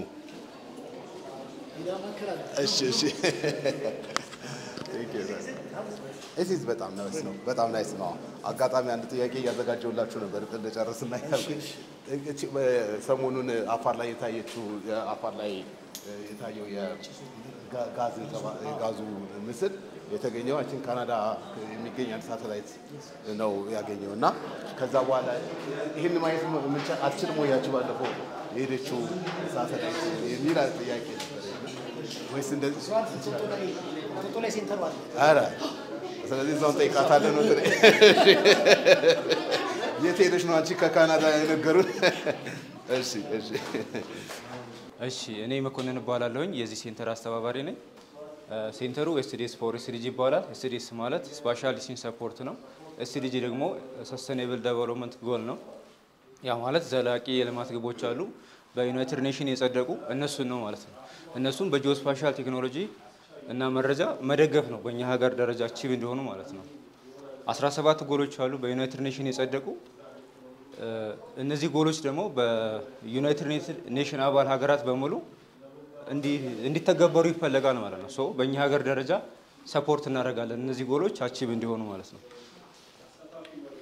ሶ ሴንተሩ በዋናነት እነዚህን ጎሎች ሰፖርት እንዲሆኑ ማስቻል ነው በእኛ ሀገር ደረጃ በጂኦስፓሻል ቴክኖሎጂና መረጃ ተጠቅሞ ሶ ቀጥታ ከነዚህ ጎሎች ጋር የተያያዙ ስራዎች ምን ሰርተናል የሚለውን ስናይ ከጎልቱ እንጀምራለን ዜሮ ሃንገር ይባላል ጎልቱ ዜሮ ሃንገር ማለት የምግብ ዋስትናን ማረጋገጥ ነው ሶ በእኛ ሀገር ደረጃ ደግሞ ለምርት የሚሆን ቦታ የት አለ የተሻለ ፖቴንሻል ያለው ቦታ የት አለ በተለይ ለበጋ መስኖ ስንዴ ይሄ በአፋር ክልል የተጠና ጥናት ነው የትኞቹ ኤሪያዎች ናቸው ለበጋ ስንዴ ተስማሚ የሆኑት የሚለውን የሚመልስ ነው የትኞቹ ወረዳዎች ምን ያህል ፖቴንሻል አላቸው አንዱ ዋናው ነገር ያለንን ሪሶርስ ማወቅ ስለሆነ ሪሶርሱን ደግሞ በዚህ ቴክኖሎጂ እንደዚህ ማሳወቅ ይቻላል ይሄን ደግሞ ለግብርና ሚኒስቴር ሰፖርት አድርገነው ይጠቀምበታል ማለት ነው ቀጣይ ጎል 3 ጉድ ሄልዝ ኤንድ ዌልቢንግ ይባላል ከጤና ጋር የተገናኘ ነው እንደ ሀገር ያለን የጤና ሽፋን የጤና ተቋማት ተደራሽነት ምን ይመስላል የሚለውን ያጠናንበት ጥናት ነው የጤና ተቋም ስንል ከጤና ጣቢያ ጤና ኬላ እስከ ሆስፒታል ድረስ ያሉትን ስርጭታቸውን የሚያሳይ አክሰሲቢሊቲያቸውን የሚያሳይ ፕላስ ዲስትሪቢዩሽኑ ስርጭቱ ምን ይመስላል ተደራሽነቱ ምን ይመስላል የሚለውን የሚያሳይ ነው ስፓሻሊ ጂኦግራፊካሊ ማለት ነው ይሄ የኢትዮጵያ ካርታ ነው ኢትዮጵያ ውስጥ ያሉት ፋሲሊቲዎች እዚህ ጋር አሉ አንድ ሰው ካለበት አካባቢ በምን ያህል ደቂቃ በምን ያህል ሰዓት የጤና ተቋም አክሰስ ያደርጋል የሚለው በእግር ኬዝ እዚህ ጋር በመኪና ኬዝ እዚህ ጋር የሚያሳይ ነው ማለት ነው የደብሊውኤችኦ ስታንዳርድ አለ ከአንድ ሰዓት በታች አቺቭ የሚያደርጉ ከሆነ ጎልደን አወር ይባላል የተሳካ ነው ማለት ነው ከዛ በላይ ለሆኑት ግን አንደር ሰርቭር ናቸው ተጨማሪ ኢንፍራስትራክቸር ዴቨሎፕ ማድረግ ያስፈልጋል ሶ እዚህ ጋር በግሬይ ከለር የምታዩት ከሁለት ሰዓት በላይ የሚፈጅባቸው ናቸው በእግራቸው ማለት ነው ሶ የጤና ሚኒስቴር እዚህ ጋር ያልተዳረሰባቸው አካባቢዎች ላይ ተጨማሪ እንዲሰራ የራሱን ስራ ይሰራል ማለት ነው ይሄም በእግር ኬዝ በተመሳሳይ ቀጣይ ጎል ፎር ኳሊቲ ኤዱኬሽን ይላል የኤስዲጂ አራተኛው ጎል ይሄም ተመሳሳይ ነው ከጤናው ጋር የትምህርት ቤት ስርጭት ምን ይመስላል ተደራሽነቱ ምን ይመስላል በአፋር ክልልና በወላይታ ሶዶ አካባቢ ነው የሰራ ነው ይሄ እዚህ ጋር የምታዩት በአረንጓዴ ከለር የሚታዩት ትምህርት ቤት ቶሎ አክሰስ ማድረግ የሚችሉ ናቸው ወይራስ ግን ብላክ የሆነው ከሁለት ሰዓት በላይ የሚፈጅባቸው ናቸው ማለት ነው እሺ ሰባተኛው ጎል ደርሰናል አፎርደብል ኤንድ ክሊን ኤነርጂ ይባላል ከኢነርጂ ጋር የተያያዘ ነው ኢነርጂ ትልቅ የጀርባ አጥንት ነው ለማንኛውም ኢኮኖሚ ማለት ነው ይሄ ኢነርጂ ደግሞ እንደ ሀገር እኛ የምንጠቀመው ናሽናል ግሪድ ነው ኤሌክትሪክ ነው ከኃይል ማመንጫ እስከ ኃይል ማከፋያ ድረስ ያለውን ኔትወርክ የሚያሳይ ነው ይሄ ሶ የቱ ጋር ነው ኃይል ማመንጫዎቻችን ያሉት በየት ነው የሚተላለፈው ይሄ የምታዩት መስመር እዚህ ጋር ያሉት ትራንስሚሽን ላይኖች ናቸው ይሄ መጀመሪያ ኢትዮጵያ ካርታ አለ ክልሎች አሉ ዞኖች አሉ በየትኛው ዞን ነው ተች እያደረገ ነው የሚተላለፈው የሚለውን የሚያሳይ ነው ፕላስ ዛት ምን ያህል ነው መስመሩ በየኪሎ ቮልቱ ምን ያህል ነው ሰብስቴሽኑ ስንት ነው የት ነው የሚለውን የሚመልስ ነው ኃይል ማመንጫዎች አሉ በነጥብ የሚታያችሁ ከሆነ ከዛ እየወጣ ነው እየተላለፈ እስከ ትራንስሚሽን በትራንስሚሽን ላይን አልፎ ዲስትሪቢዩሽን ላይ የሚደርሰው ማለት ነው። ዲስትሪቢዩሽን ላይ ደረሰ ማለት ወደ የሰፈሩ የሚሰራጭበት ነው። ከዛ በኋላ የዩቲሊቲ ስራ ይሆናል ማለት ነው። ከማመንጫ እስከ ማከፋፈያ ጣቢያ ድረስ ያለው ነው ይሄ የሚሸፈነው። ይሄ ጥናት ለምን ይጠቅማል ስንል ለአሴት ማኔጅመንት ይጠቅማል። እነዚህ ትልቅ ወጪ የሚወጣባቸው አሴቶች ናቸው። ይሄም ብታዩ ትራንስሚሽን ታወር ይባላል።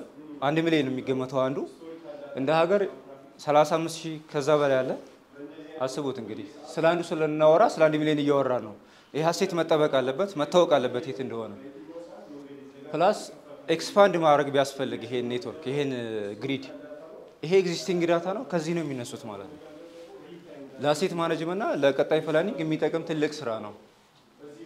ይሄ የምታዩት ፊገር ምን ያህል እንደሆነ በየአካባቢው ያለው ምን ያህል ታወር ነው፣ ምን ያህል ትራንስሚሽን ላይ ነው፣ በኪሎ ቮልት ባለ 500 ስንት ነው? ለምሳሌ ባለ 500 ስናይ ይሄ ህዳሴ ግድብ ነው።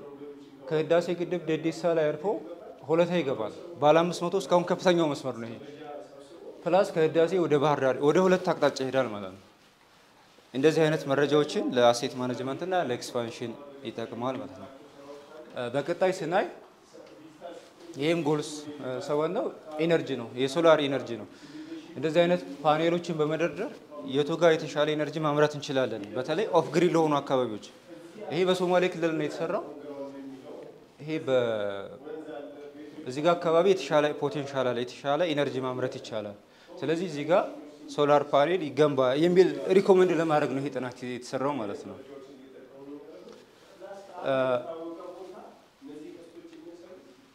በቀጣይ ከጎልድ ናይን ጋር የተያያዘ ነው ኢንፍራስትራክቸር። እዚህ ጋር የምታዩቸው የተለያዩ መሰረተ ልማቶች ናቸው። የሀገራችን አሉ የተባሉ የጀርባ አጥንት የሆኑ መሰረተ ልማቶች አሉ። እዚህ ጋር የኢትዮ ቴሌኮም ታወሮች አሉ፣ መንገዶች፣ ኤርፖርቶች፣ የኢንዱስትሪ ፓርኮች፣ ባቡርን ጨምሮ ሁሉም ኢንተግሬት እንዲሆን ወደ አንድ ሲስተም እንዲመጣ አንዱ ሲሰራ የአንዱን ሳያበላሽ ጤናማ በሆነ መልኩ ተናበው ተቀናጅተው እንዲሰሩ የሚያስችል መረጃ ነው ማለት ነው። አንደኛ አሴቱን ከማስተዳደር አንጻር ትልቅ ጥቅም አለ። ሁለተኛ ደግሞ እነዚህን የሚያስተዳድሩ መስሪያ ቤቶች እንዲናበቡ ከማስቻል አንጻር በተለይ ጂኦግራፊካሊ ትልቅ ወሳኝ ስራ ነው ማለት ነው። ይሄ ለየብቻ ነው የምታዩት። እዚህ ጋር ደግሞ በአንድ መቶ እናየዋለን።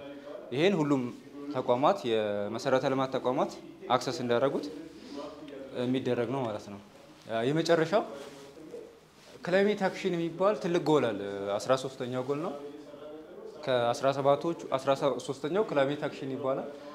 እዛ ላይ ደግሞ ግሪን ሃውስ ጋዝ ኢሚሽን ይባላል። የካርበን ልቀት በካይ ጋዝን ወደ አካባቢ ይለቀቃል አይደል? በተለያየ ምክንያት እሱን ደግሞ የምንቆጣጠርበት የራሱ የሆነ ተፈጥሯዊ ሂደት አለ። ያ ተፈጥሯዊ ሂደት ምንድነው? የላንድ ከቨራችን ምን ይመስላል? የመሬት ሽፋኑ ይሄ የኢትዮጵያ ካርታ ነው። ከ2003 እስከ 2022 ድረስ በፈረንጆች አቆጣጠር በየ5 ዓመት ኢንተርቫል የላንድ ከቨሩ ምን ይመስላል የሚለውን የሚያሳይ ነው ማለት ነው። ከየትኛው ከቨር ወደ የትኛው ጨመረ። እዚህ ጋር የእርሻ መሬቶች አሉ በፒንክ የምታዩቸው፣ ፎረስቶች አሉ በአረንጓዴ የምታዩቸው። የቱ ጋር ወዴት ጨመረ የሚለውን የምናሳይበት ነው። ጤናማ ነው ማለት ነው። ይሄ ላንድ ከቨር ለግሪን ጋዝ ኢሚሽን በአጠቃላይ ይህን ይመስላል። ቴንኪዩ በጣም እኔ ያልቅበት አድማሱ ነኝ። የዚህ ሴንተር አስተባባሪ ነኝ። ይሄ ሴንተር የስፔስ ሳይንስ እና የጂኦስፓሻል ቴክኖሎጂዎችና መረጃዎችን በመጠቀም ከተሞችን ሬዚሊያንት እንዲሆኑ ስማርት እንዲሆኑና ዴቨሎፕመንታቸው የተፋጠነ እንዲሆን የሚያስችሉ መረጃዎችን ፕሮዲውስ የምናደርግበት ሴንተር ነው ማለት ነው። ስለዚህ በ2030 ላይ አፍሪካ ውስጥ አሉ ከሚባሉ አስቻይ ሴንተሮች ተቋሞች ውስጥ አንዱ እንዲሆን አስበን ነው እየሰራን ያለ ነው ማለት ነው። በዋናነት ፎከስ የምናደርግባቸው እነዚህ 4 ኤሪያዎች አሉን። ስማርት ሲቲ እና ዲጂታላይዜሽን ላይ ሲቲዎቻችን ስማርት እንዲሆኑ መረጃ አያያዛችን ደግሞ ዲጂታል እንዲሆን እንሰራለን። ሁለተኛ አርባን ፕላኒንግ ላይ እንሰራለን። ሶስተኛ ሴኩሪቲ እና ሰርቪላንስንም እንደዛው የከተሞችን ደህንነትን ለማስጠበቅ መረጃዎችን እያመረትን እያወጣን ለተጠቃሚ አካላት እንሰጣለን። ሌላኛው ኢንቫይሮንሜንታል ሞኒተሪንግ ላይም እንደዚሁ እንሰራለን ማለት ነው። እነዚህ 4 የትኩረት አቅጣጫዎቻችን ናቸው። ሰፋፊ ናቸው። በእነዚህ 4ቱ ኤሪያዎች ላይ ምንድነው የምንሰራው፣ ፕሮዳክታችን ምንድነው የሚለውን ለመናገር ያክል አንደኛው ሪል ታይም ዳታ ፊድ ነው ማለት ወቅታዊ የሆነ አፕዴትድ የሆነ የዛሬን መረጃ ዛሬ ማግኘት ማለት ነው። ስለዚህ ዳታዎችን የዛሬን መረጃ ዛሬን መሰብሰብ እንችላለን ማለት ነው። ሁለተኛው እነዚህን መረጃዎች ከሂስቶሪካል መረጃዎች ጋር እያገናኘን ሰፋፊ የሆኑ ትንተናዎችን እየሰጠን ለተጠቃሚ እናደርሳለን። ሌላኛው እነዚህን ትንተናዎች ሰርተን ማፖችን ሪፖርቶችን እያወጣን ወቅታዊ የሆኑ መረጃዎችን ለመንግስት አካላት ለማህበረሰቡ ለውሳኔ ሰጪ አካላት አሳልፈን እንሰጣለን ማለት ነው። እዚህ ላይ እየሰራን ያለነው ከምንሰራቸው አሁን እጃችን ላይ ካሉ ወይንም ዴሊቨር ካደረግናቸው ፕሮጀክቶች የተወሰኑትን ለማስተዋወቅ ያክል ይሄ አንደኛው ዲጂታል አድሬሲንግ ሲስተም ነው። ለዲጂታል ኢኮኖሚ አርባን ሞቢሊቲ ኢመርጀንሲ ሪስፖንስ ትልቅ ቫልዩ ያለው ፕሮጀክት ነው። ይሄ ፕሮጀክታችን ምንድነው? እያንዳንዲቱ የሀገሪቱ ላይ ያለች ሎኬሽን እያንዳንዲቱ ሀገሪቱ ላይ ያለች ፓርሰል አይዲ ተሰጥቷት አድራሻ ስርዓት እየተገነባ ነው ያለው ማለት ነው። ይሄ የአድራሻ ስርዓት ለኢመርጀንሲ ሪስፖንስ ትልቅ ፋይዳ አለው። ከቤታችን ቁጭ ብለን አምቡላንስ ብንፈልግ የተለያዩ ሰርቪሶችን ዲጂታል ኢኮኖሚ እና አሊባባ መጥተው ኦንላይን ዴሊቨሪ ሲስተም ሲመጣ ከቤታችሁ የየቤታችን ሎኬሽን አይዲ ነምበር ተሰጥቶት ናቪጌት ማድረግ እንችላለን ማለት ነው። ይሄ ጉግል ማፕ ላይ የምታዩት የአድራሻ ስርዓት አለ። በጣም ሞር አድቫንስድ በሆነ መልኩ በራሳችን ዳታ በራሳችን ሲስተም የተሰራ ትልቅ ፕሮጀክት ነው ማለት ነው። ይሄ ከነሱ ጋር ምንም ንክኪ የለውም፣ የራሳችን ሲስተም ነው። አሁን በስልካችን ላይ ዳስ የምትባል አፕሊኬሽን አለች። ቢሾፍቱ ከተማ ላይ ዳውንሎድ ብታደርጉ ሙሉ ለሙሉ ዲፕሎይ ተደርጎ እየሰራ ነው ያለው ማለት ነው። ሶ ቢሾፍቱ ላይ ጀምረናል። አዳማና አዲስ አበባ በጣም ቬሪ ሪሰንትሊ አፕሎድ ይደረጋል ዳታው። አዲስ አበባም ላይ እንደዚሁ ናቪጌት ማድረግ እንችላለን ማለት ነው። ከአንድ ቦታ ወደ አንድ ቦታ በአድራሻ ስርዓት አፕሊኬሽን እየተጠቀምን ማለት ነው። ሶ ይሄንን በእነዚህ 7 ቀጣይ ከተሞችም እንደዚሁ ዳታ ኮሌክሽኑ አልቋል። ወደ ሲስተም እየገቡ ነው ያለው። አጠቃላይ የኢትዮጵያን ከተሞችን በእንደዚህ አይነት መልኩ ኮኔክትድ እናደርጋለን ማለት ነው። ኢትዮጵያን በአንድ አፕሊኬሽን እናገኛለን ማለት ነው። ትልቅ ፕሮጀክት ነው። ሰፊም መንግስትም ሰፊ ትኩረት ሰጥቶ እየሰራንበት ያለው ፕሮጀክት ነው። ሌላኛው ባለፈው አመት ሰርተን ካስረከብናቸው ፕሮጀክቶች መካከል አንደኛው የአዲስ አበባ ከተማ የትራፊክ ፍሰት በየሰዓቱ ምን ይመስላል የሚለው ሂስቶሪካል ዳታዎችን ሰብስበን የት አካባቢ ይዘጋጋል የት አካባቢ ክፍት ነው የሚለውን እንደዚሁ እንትን ያልንበት ነው። ይሄው ሌሊት አካባቢ ስለሆነ ሁሉም ክፍት ነው። ከዛ እየነጋ ሲመጣ ሰዓቱ እየገፋ ሲመጣ ምን ይመስላል የሚለው ይሄን መረጃ ለማህበረሰቡ እንሰጣለን። አዘ ሴም ታይም ደግሞ ለውሳኔ ሰጪ አካልም እንሰጣለን። የሚዘጋጉ መንገዶችን ለይተን አሳይተናቸዋል። ሶ they can make their own decision based on this information ማለት ነው። ሌላኛው ከሚኒስትሪ ኦፍ ዲፌንስ ጋር ከሚሊተሪ ተቋማት ጋር ከምንሰራቸው ፕሮጀክቶች አንደኛው የሰርፌስ ሞዴሉን አንድ አካባቢ ሰርፌሱ ምን ይመስላል ዳገቱን ቁልቁለቱን ወንዙን ምኑን የሚያሳይ ሲሆን ሌላኛው ደግሞ እዛ አካባቢ ላይ ምን አለ ምን ፊቸሮች አሉ ቤቶች አሉ ወይ ጫካ አለ ወይ ወንዝ አለ ወይ የሚለውን በሰርፌስ ሞዴል እናሳያለን። ከዛ በተጨማሪ ደግሞ ሚሊተሪ ፕላን ሚሽኖችን ለማድረግ ከየት አካባቢ ቁጭ ብሎ ቪዚብል ነው አንድ አቅጣጫ ከየት ምን ያክል ቪዚብል ነው የሚለው አሁን ቀስቶቹ የሚያሳየው ከዚህ ከአረንጓዴ ነጥብ ተነስቶ 1 4 3 አረንጓዴ ነጥቦች አሉ። ከነዛ ተነስቶ የት አካባቢ ድረስ ቪዚብል ነው የሚለውን በአይኑ ማየት ይችላል የሚለውን መረጃው ተንሰጣለን። ሶ ሚሊተሪዎች ቤዝድ ኦን ዛት ሚሽናቸውን ፕላን ያደርጋሉ ማለት ነው። ይሄም ከሚኒስትሪ ኦፍ ዲፌንስ ጋር የምንሰራው ትልቅ ፕሮጀክታችን ነው ማለት ነው። ሌላኛው ኢንፍራስትራክቸሮቻችን ስማርት ከማድረግ አንፃር የምንሰራው ስራ ነው። ሶ አንደርግራውንድ ነው አብዛኞቹ ኢንፍራስትራክቸሮች ምን የት እንዳለ አይታወቅም። ብዙ ጊዜ አስተውላችሁ ታውቃላችሁ ብዬ አስባለሁ። አንዱ ይሰራል ሌላኛው ያፈርሳል። ብዙ ጊዜ የምናየው እንትን ነው። ሶ ይሄንን እንትን ከማድረግ አንፃር ይሄ ግራውንድ ፔኔትሬቲንግ ራዳር የሚባል ቴክኖሎጂ አለ። እሱን በመጠቀም ከመሬት ስር ያሉ መሰረተ ልማቶቻችን ምንድናቸው የሚለው መረጃ እየሰበሰብን እየሰራን ያለነው። ይሁን ሐዋሳ ከተማ ላይ የውሃ ዩቲሊቲ ከውሃ ምንጭ ጀምሮ እስከ ቤት ቆጣሪ ድረስ ያለው ኔትወርክ ሙሉውን ካርታ አድርገን ሰጥተናቸዋል። ጂኦዳታቤዝም ሰርተንላቸዋል ማለት ነው። ይሄን ሰርተን ያስረከብነው አንድ ፕሮጀክት ነው። ሲስተም ለማድረግም ወደ 22 ከተሞችም ደግሞ እንደዚሁ ለማሳደግ አብረን ነው እየሰራን ያለነው ከሚኒስትሪና ውሃና ኤነርጂ ሚኒስትሪ ጋር ማለት ነው። ሌላኛው የአዲስ አበባ ከተማ የወንጀል ትንተና ይሰራንበት ነው። የ5 ዓመት የወረቀት መዝገባቸውን ወስደን እኛ ዲጂታል አድርገን መረጃ አሰባሰባቸውንም ዲጂታል እንዲያደርጉ ስልጠና ሰጥተን በእንደዚህ አይነት መንገድ የት አካባቢ ወንጀሎች ይበዛሉ የሚለውን በብሎክ ሆት ስፖቱን ለይተን አውጥተንላቸዋል። በወረዳ ደረጃ ምን አይነት ወንጀሎች ይበዛሉ የሚለውን አውጥተናል። የተለያዩ ሰፋፊ ትንተናዎች በእድሜ በጾታ በየትኛው ሰዓት ወንጀል ይበዛል የሚለውን ሁሉ ለአዲስ አበባ ፖሊስ ኮሚሽን ሰርተን ዴሊቨር ያደረግነው ፕሮጀክት ነው ማለት ነው።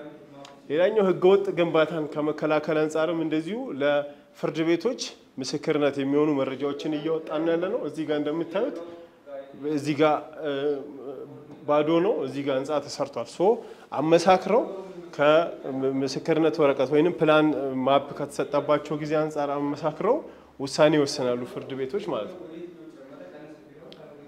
በጣም ሰፋፊ ስራዎች ናቸው እየሰሩ ያሉት። አንዳንዶቹን አለፍ እያልኩ አስረዳችኋለሁ።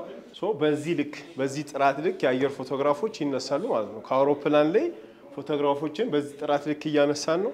ሰፊ ቦታ እንዲይዝ ተደርጎ ነው እንጂ ዙም ቢደረግ ከዚህም በላይ ዲቴሎች ማሳየት የሚችል የአየር ፎቶግራፊ እያነሳን ያለ ነው። ሌላኛው ሌዳር ስካነር የሚባል ቴክኖሎጂ አለ። እሱም የአየር ፎቶግራፍ ማንሻ ነው፣ ግን ስሪዲዎችን የሚያነሳ ነው። ከዛ ስማርት ሲቲን ቨርቹዋል ሪያሊቲን እውን ለማድረግ መረጃዎችን ፕሮዲዩስ እያደረግን ያለ ነው ማለት ነው። እዛ የህንፃዎችን ሄይት ከፍታን ብሎ ከአንዱ ጋር ያለውን ልዩነት ማኔጅ ማድረጊያ ቢልዲንግ ሄይት ሬጉሌሽን እና ፖሊሲ ላይ የሚሰራ አሁን ከህንፃው ላይ ቆሞ ገመድ ለክቶ ምናምን መለካት ቀርቷል ማለት ነው። በእንደዚህ አይነት መንገድ ከርቀት የአየር ፎቶ እየተነሳ ቢልዲንጎች ሬጉሌት ይደረጋሉ ማለት ነው። ይሄም ትልቅ ቴክኖሎጂ ነው። አይ ቲንክ ኢስት አፍሪካ ውስጥ ያለን እኛ ብቻችን ይመስለኛል። ይሄ የቱሪስት መስህቦቻችንን ከመጠበቅ አንጻር እና ቨርቹዋል ሪያሊቲን የሚሆን ከማድረግ አንጻር ሲሪዲ ኢሜጆች እናነሳለን። ስንጣቂዎች ክራኮች ቢኖሩ እዚች ጋር ያለችው ፖይንት አሁን በዚህ ልክ ሀይል ዙም ሆኖ ይታያል ማለት ነው። ሶ ስንጣቂ ቢኖር በቀላሉ ዲቴክት ማድረግ እንችላለን። እነዚህና የመሳሰሉ ስራዎችን እየሰራን ነው ያለ ነው። በጣም አመሰግናለሁ ስለሰማችሁ። የመጀመሪያው አጠቃላይ የሰብል ምርት ሂደቱን መከታተል እንችላለን።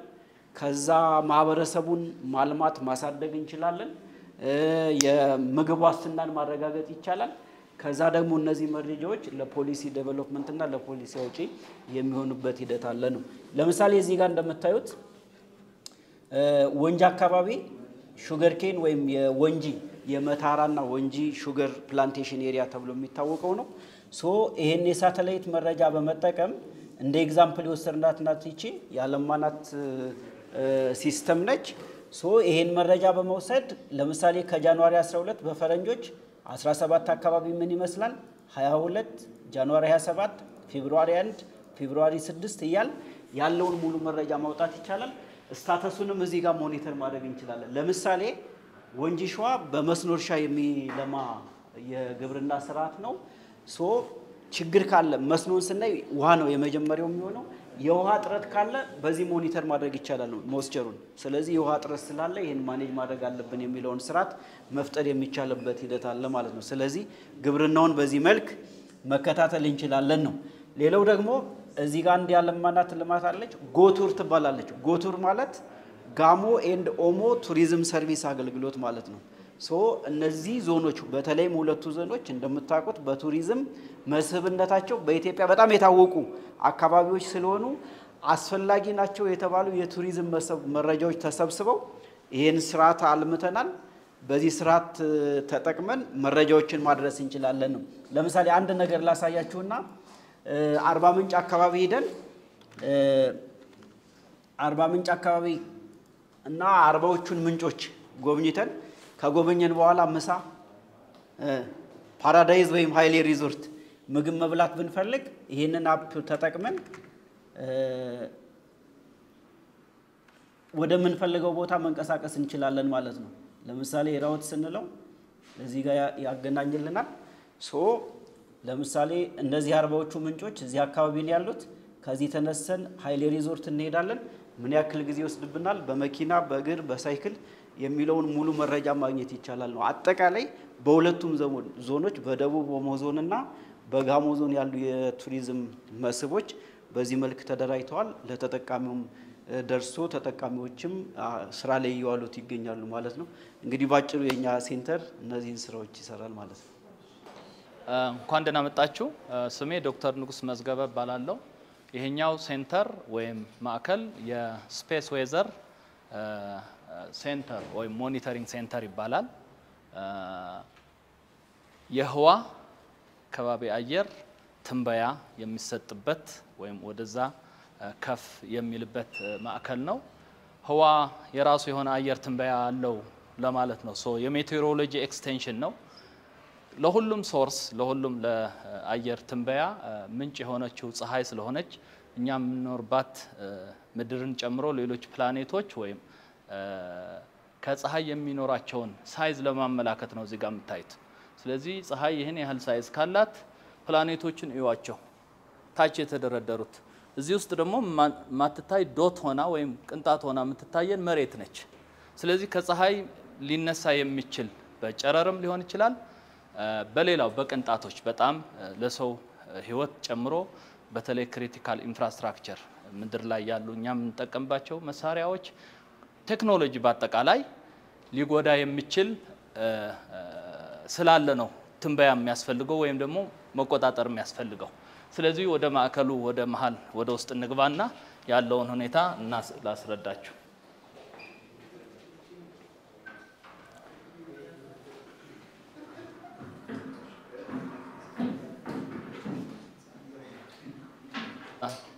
ስክሪኖቹ የምታዩዋቸውን አሁናዊ የሆኑ ምስሎች ናቸው። በዚህ በኩል በስተግራ በኩል ያለውን እንኳን ብናይ ከፀሐይ ቀጥታ ከሳተላይቶች ወይም በሳተላይቶች የተቀረጸ የፀሐይ አሁናዊ ምልከታ ነው።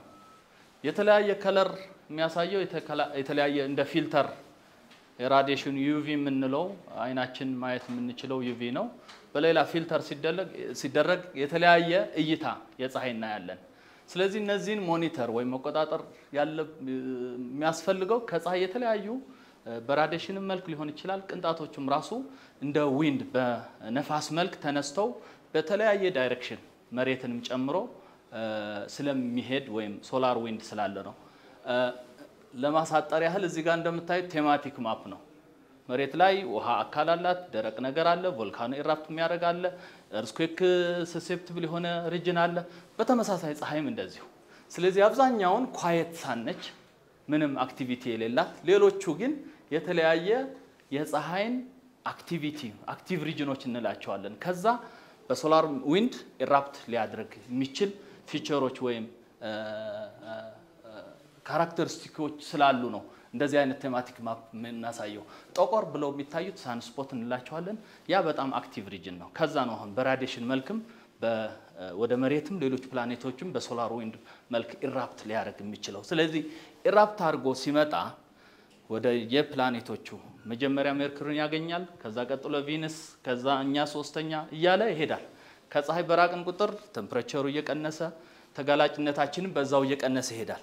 እዚህ ጋር በቪዲዮ የምታዩት ከፀሐይ የሚነሳውን ሶላር ዊንድ ወይም ፓርቲክል እንዴት አድርጎ ፕላኔቶችን የከባቢ አየራቸውንም እና ማግኔቲክ ፊልድ ያላቸው የራሳቸው እንደ መሬት ያሉ የራሳቸው ማግኔቲክ ኃይል አላቸው። ያንን ባይኖር ቀጥታ ራዲዬሽኑ ታች ድረስ ነው የሚደርሰው። ስለዚህ በሕክምናው ዓለም እንኳን ኤክስሬይ ስንነሳ ከአንድ ወይም ከሁለት በላይ እንዳናደርግ ሪኮመንድ የሚደረገው ራዲዬሽን ሰውነታችን ላይ ገብቶ ካንሰር ሊያስከትል የሚችል ወይም ሴሎቻችን ስለሚገድልብን ነው። ስለዚህ የመጀመሪያ ከፀሐይ ተነስቶ ወደ ፕላኔቶች ሲደርስ መሬት የራሷ ማግኔቲክ ፊልድ ስላላት ከማግኔቲክ ፊልድ ጋር ነው የሚጋጨው። ስለዚህ ያስቀርልናል፣ በአብዛኛው እንደ መከታ ሆኖ ያስቀርልናል። ከዛ ያለፈ ደግሞ አትሞስፌር ይከላከልልናል።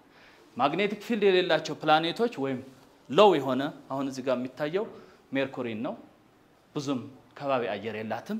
ቀጥታ ከፀሐይ የሚመጣውን ሶላር ዊንድ ታች መሬት ድረስ ያልፋል ማለት ነው። ስለዚህ ህይወትም የለም ማርስ ላይ ማነው ሜርኩሪ ላይ። ቀጥሎ ቪነስም እንደዚሁ መሬት ላይ ስንደርስ እቺ ቪነስ ነች። ቀጥሎ የሚመጣውን የመሬትን ታይታላችሁ። ማግኔቲክ ፊልድ ባይኖር ቶታሊ መሬት ድረስ ይደርሳል። ስለዚህ አንደኛ ላይፍ የሚባል አይኖርም። ህይወት ላይ አደጋ ቀጥታ ተጋላጭ እንሆናለን። ቀጥሎ ግን ቴክኖሎጂዎቻችን በሙሉ እዚህ ጋር የምታዩትን ስኬማቲክ እመጣበታለሁ። ግን መሬት ሺልድ የሚያደርገን የሚከላከልን ይሄንን ማግኔቲክ ፊልድ ነው። የራሷ የሆነ ዳይፖላር የሆነ ማግኔቲክ ፊልድ አላት። ከፀሐይ የሚመጣውን ማግኔታይዝድ የሆነ ሶላር ዊንድ ኢንተራክት ያደርጋል። ሁለት ማግኔቶች ስናጠጋጋቸው ወይም ይገፋፋሉ ወይም ይሳሳባሉ። ፖላሪቲ ያለው የፀሐይ ከሌሎችም የሚመጣ ከመሬት ጋር ተመሳሳይ ከሆነ ኮኔክሽን ይፈጥራል።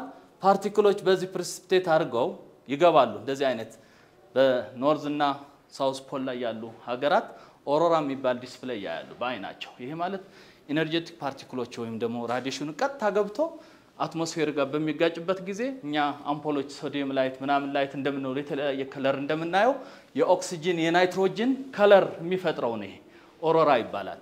ኢኳተር ላይ ምድር ወገብ ላይ ያለ ነው። ቀጥታ እንደዚህ አይነት እንኳን ባናይ ግን በኢንስትሩመንቶቻችን የመሬትን ማግኔቲክ ፊልድ ኮምፕሬስ ሲደረግ ሲጫነው ማግኔቶሜትሮቻችን እንደዚህ አይነት አሁን እንጦጦ ላይ ያለ አሁናዊ ምስል ነው። ይሄ አሁናዊ ሜዠርመንት ነው። ኮምፕሬስ ሲደረግ የሚፈጠረውን ኢፌክት ማየት እንችላለን። ሶ ኤኒዌይ ለማሳጠር ፀሐይ እና ሌሎች ሶርሶች ጋላክቲክ ወይም ኮስሚክ የምንላቸው ወደ መሬት እና ሌሎች ፕላኔቶች የሚመጣውን በራዲዬሽን መልክ በፓርቲክሎች በጣም ኢነርጄቲክ የሆኑ ፓርቲክሎች ሰው ህይወት ቀጥታ የሆነ ተጽዕኖ ይፈጥራሉ። ማንኛውም ኮሙኒኬሽን ከሳተላይት ወደ መሬት የሚደረግ ኮሙኒኬሽንም ይሄንን ሪጅን አዮኖስፌር የምንለውን ዳይናሚክሱ በመቀየር ኮሙኒኬሽን ኢንተራፕት ሊያደርግ ይችላል። ያንን አሁን መሬት ላይ ሆነ ስልክ ቢቋረጥብህ ያን ያህል ችግር ላይ ኖረው ይችላል።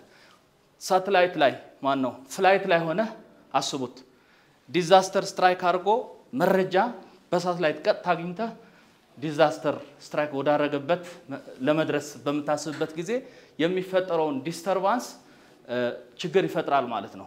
ሶ ቀጥታ ከአንደኛ ህይወት ላይ ባይ ዘ ወይ እዚች ጋር ላሳያችሁ ራይት ናው 10 ሰዎች ስፔስ ላይ አሉ። አይኤስኤስ የምትባል ኢንተርናሽናል ስፔስ ስቴሽን አለች። 10ዎቹ የራሻ የራሳቸው ሆነስ ሞጁላር እንትኖች አሏቸው። ሶ ለነዚህ ቀጥታ የሆነ የራዲዬሽን ትንበያ ይነገራቸዋል። ሱት ለብሰው ራሱ በቂ አይደለም። ስፔስ ዌዘር ሃፕን ሲያደርግ ኤክስትራ ኮሽን ጥንቃቄ እንዲያደርጉ ተጨማሪ መረጃ ይሰጣቸዋል። ስለዚህ የበለጸጉ ሀገራት 10 ራይት ናው እዚህ ጋር እንትናቸውን ማየት ይቻላል። የራሻ፣ የአሜሪካ፣ የቻይናን በቅርብ ጊዜ ላከቻቸው አሁናዊ የሆነ መረጃ ይፈልጋሉ። ወጥተው ከሳተላይት ውጭ ሆነው ጥገና ሲያደርጉ ላቦራቶሪ ውስጥ ሆነው በሚሰሩበት ጊዜ ሶላር ኢራፕሽን አለ ሲባል ቀድመው ጥንቃቄ እንዲያደርጉ መረጃ መሬት ላይ ሆኖ ኢንተርፕሬት ተደርጎ የሚሰጥበት ማዕከል ነው። እኛም ወደዛ እየሄድን ስለሆነ ወይም ሳተላይቶቻችንም ራሱ ሴፍቲ መጠበቅ ስላለብን እንደዚህ አይነት መረጃ የሚቀነባበርበት ማዕከል ነው ማለት ነው። ስለዚህ በቀጥተኛ የሆነ ሄልዝ ላይ የሚያደርሰውን ተጽዕኖ ቀድመህ መረጃ ከሳተላይት ከሌሎች ምድር ላይ ካሉ ቁሶች ተጠቅመን አቀናብረን መረጃ ለሚመለከተው አካል እንሰጣለን። ፓወር በጣም ሰሴፕቲብል ነው። ኤሌክትሪሲቲ ከጠፋ ሁሉም ነገር አብሮ ነው ዳውን የሚሆነው። እንደዚህ አይነት በጣም ሂውጅ የሆኑ ስቶርሞች ሀፕን አድርገው ለሰዓታት ያህል የጠፋባቸው በተለይ ደግሞ እነ ካናዳ፣ ኩቤክ፣ እነ ስዊድን እዚሁም በሳውዝ አፍሪካም ተመሳሳይ ክስተቶች ተከስተዋል። ስለዚህ ሶሉሽኑ ኢንጂነሪንግ ሊሆን ይችላል፣ በኢንጂነሪንግ ወይም ሌሎች ሊሆን ይችላሉ። ወይም ስቶርም ሀፕን ሲያደርግ ቅድመ ምንድነው ሊሆን የሚችለው ጥንቃቄ አድርጉ ነው የሚባለው። ዝናብ ኃይለኛ ዝናብ ሲዘንብ ወይም ጥላ ይዘህ ትወጣለህ ወይም ቤትህ ትቀመጣለህ። የሜትሮሎጂ ስራ ቀድሞ እንደዚህ አይነት ነገር ሊከሰት እንደሚችል ጥንቃቄ እንድናደርግ ነው ትንበያ የሚሰጠው። ተመሳሳይ በስፔስ ዌዘር ወይም ይሄ እንደዚህ አይነት ማዕከል ለሚመለከታቸው በተለይ ደግሞ ክሪቲካል ኢንፍራስትራክቸር የምንላቸውና ክላይንቶቹ ኤቪዬሽን፣ ናቪጌሽን፣ ፓወር በሙሉ እነዚህን አፌክት ካደረገ ሄልዝም አፌክት ይሆናል። ትራፊክ ላይቭ የሆነ ነገር መረጃ ከሳተላይት ተጠቅሞ ናቪጌት የሚያደርግ በሙሉ ተጋላጭ ይሆናል ማለት ነው። ስለዚህ እንደዚህ አይነት ማዕከሎች ይሄንን ከሳተላይትም ከግራውንድ ኢንስትሩመንትም ከስፔስ የምናገኘው መረጃ ተጠቅመን አናላይዝ አድርገን ለሚመለከተው አካል ቅድመ ትንበያ ወይም ዋርኒንግ ሜሴጆች የሚሰጥበት ማዕከል ነው። ጊዜ ወሰድኩ። ቴንክ ዩ። ኢትዮ ስፔስ ኪድስ ክለብ ይባላል። የዛሬ 4 ዓመት ነው የተቋቋመው። ስፔሻሊ በሚዲያ ላይ የምታዩቸው ልጆች እዛ ጋር ፎቶአቸውና የሰሯቸው ፕሮጀክቶች አሉ ሲያቀርቡ ስናያቸው እነኚህ ልጆች ተቀብሎ ትሬን ማድረግና ለራሳቸውም ለሀገርም በሚበቁ ደረጃ ብቁ ለማድረግ ልጆቹን የተቋቋመ ማዕከል ነው። በዚህ 4 አመት ጊዜ ውስጥ የክረምት ስልጠና ነው የሚሰጠው ከትምህርታቸው ጋር አፌክት በማያደርግ መልኩ የመጀመሪያው አመትና የሁለተኛው አመት ቲዮሬቲካል ትሬኒንጎች ይወስዳሉ በስፔስ እና በጂኦስፓሻል ዘርፍ። ሶስተኛ አመት ላይ ፕሮጀክት ይሰራሉ። ከሰሯቸው ፕሮጀክት እንደ ሳምፕል እዚህ ጋር ልጆቹ አሉ በኋላ ያቀርቡላቸዋል። ያ ሶስተኛ አመት ላይ የሚሰሩትን ፕሮጀክት በኢንቲም ሆኖ ነበር የሚሰሩት። ልክ 4ኛ አመት ሲገቡ በግለሰብ ደረጃ የራሳቸውን ተሰጥኦ አይተን እያሳደጉት የመጡት ምን ላይ ነው ፎከስ የሚያደርጉት የሚለውን ጥናት እናደርግና ፕሮጀክት ይቀርጽላቸውና 4ኛ አመት ላይ በግላቸው ያንን ፕሮጀክት ይሰራሉ ማለት ነው። ከዛ ምንድነው የሚደረገው እዚህ ጋር ፊት ለፊታችን ያለው ስታርታፕ ፕራይቬት ሴክተር ኤንድ ስታርታፕ ሰፖርት የሚባል አለ። ከዚህ ስልጠና የራሳቸውን ፕሮጀክት ራሳቸው ማለት ነው የራሳቸውን ስታርታፕ ካምፓኒ ያደርጉ ድጋፍ ይደረጋል ማለት ነው። ከዛ ውጭ እንግዲህ ልጆቹ በዚህ ባላቸው በ4 አመት ቆይታ ጊዜ የሰሯቸውን ፕሮጀክቶች እነሱ ኤክስፕሌን ያደርጉላቸዋል። አሁን ደግሞ ባለው የውጭ ግንኙነቶች እዛ ጋር ልጆቹ እንደምታዩቸው የዛሬ አመት ላይ ኦፕን ኦሎምፒያድ የሚባል ላይ ኢትዮጵያ ነው ተወዳድረው የሜዳሊያ ተሸላሚዎች ናቸው። ሌላም ባለው ተቋሙ የውጭ ግንኙነት ወደ ውጭ ሀገር የማድረግ ሲስተም ማዕከል ላይ ይኖራል ማለት ነው። ልጆቹ ደግሞ የሰሯቸውን ፕሮጀክቶች ኤክስፕሌን ያደርጉላቸዋል። መጀመሪያ ሚካኤል አሸናፊ እኛ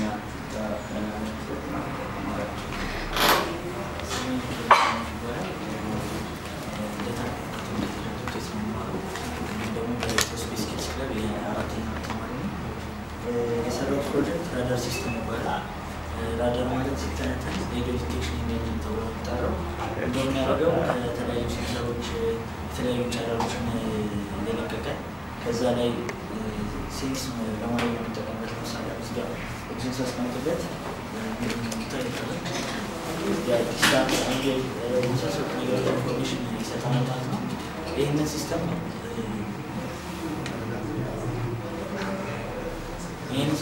በላይ እንጠቀማለን ስንል ብዙ አፕሊኬሽኖች አሉት። የመጀመሪያው አፕሊኬሽን በሲቪል አውሮፕላኖች ላይ በኤርፖርቶች ላይ በመደረግ ሲስተም ከረጅም ርቀት ያሉ አውሮፕላኖች ወደ ሀገራችን ሲገቡ ሲቪል አውሮፕላኖች በቃ አጠቃላይ የኤር ትራፊክ ኮንትሮል ሲስተም ወይም ኤር ትራፊክን ማፕ ለማድረግ ይጠቅመናል ማለት ነው። ሁለተኛው ጥቅሙ ደግሞ የሚሊታሪ አፕሊኬሽን አለው። ሚሊታሪ አፕሊኬሽን ስንል ለምሳሌ በብዛት አውሮፕላኖች የሚሰሩበት ቦዲ አሉሚኒየም ነው። አሉሚኒየም ደግሞ በዚህ ሲስተም ዲቴክት ማድረግ ስለሚቻል ለምሳሌ ወደ ሀገራችን የአየር ክልል ያልታወቀ አውሮፕላን ሲገባ ደግሞ ያልታወቁ ድሮኖች ሲበሩ ምናምን ቀድመን አውቀን እንዘጋጅ ዲቴክት እንድናደርግ ይረዳናል ማለት ነው። ሲስተሙ ይህ የተሰራው እንደ ፕሮቶታይፕ ነው እና በግሌ እያሳደጉት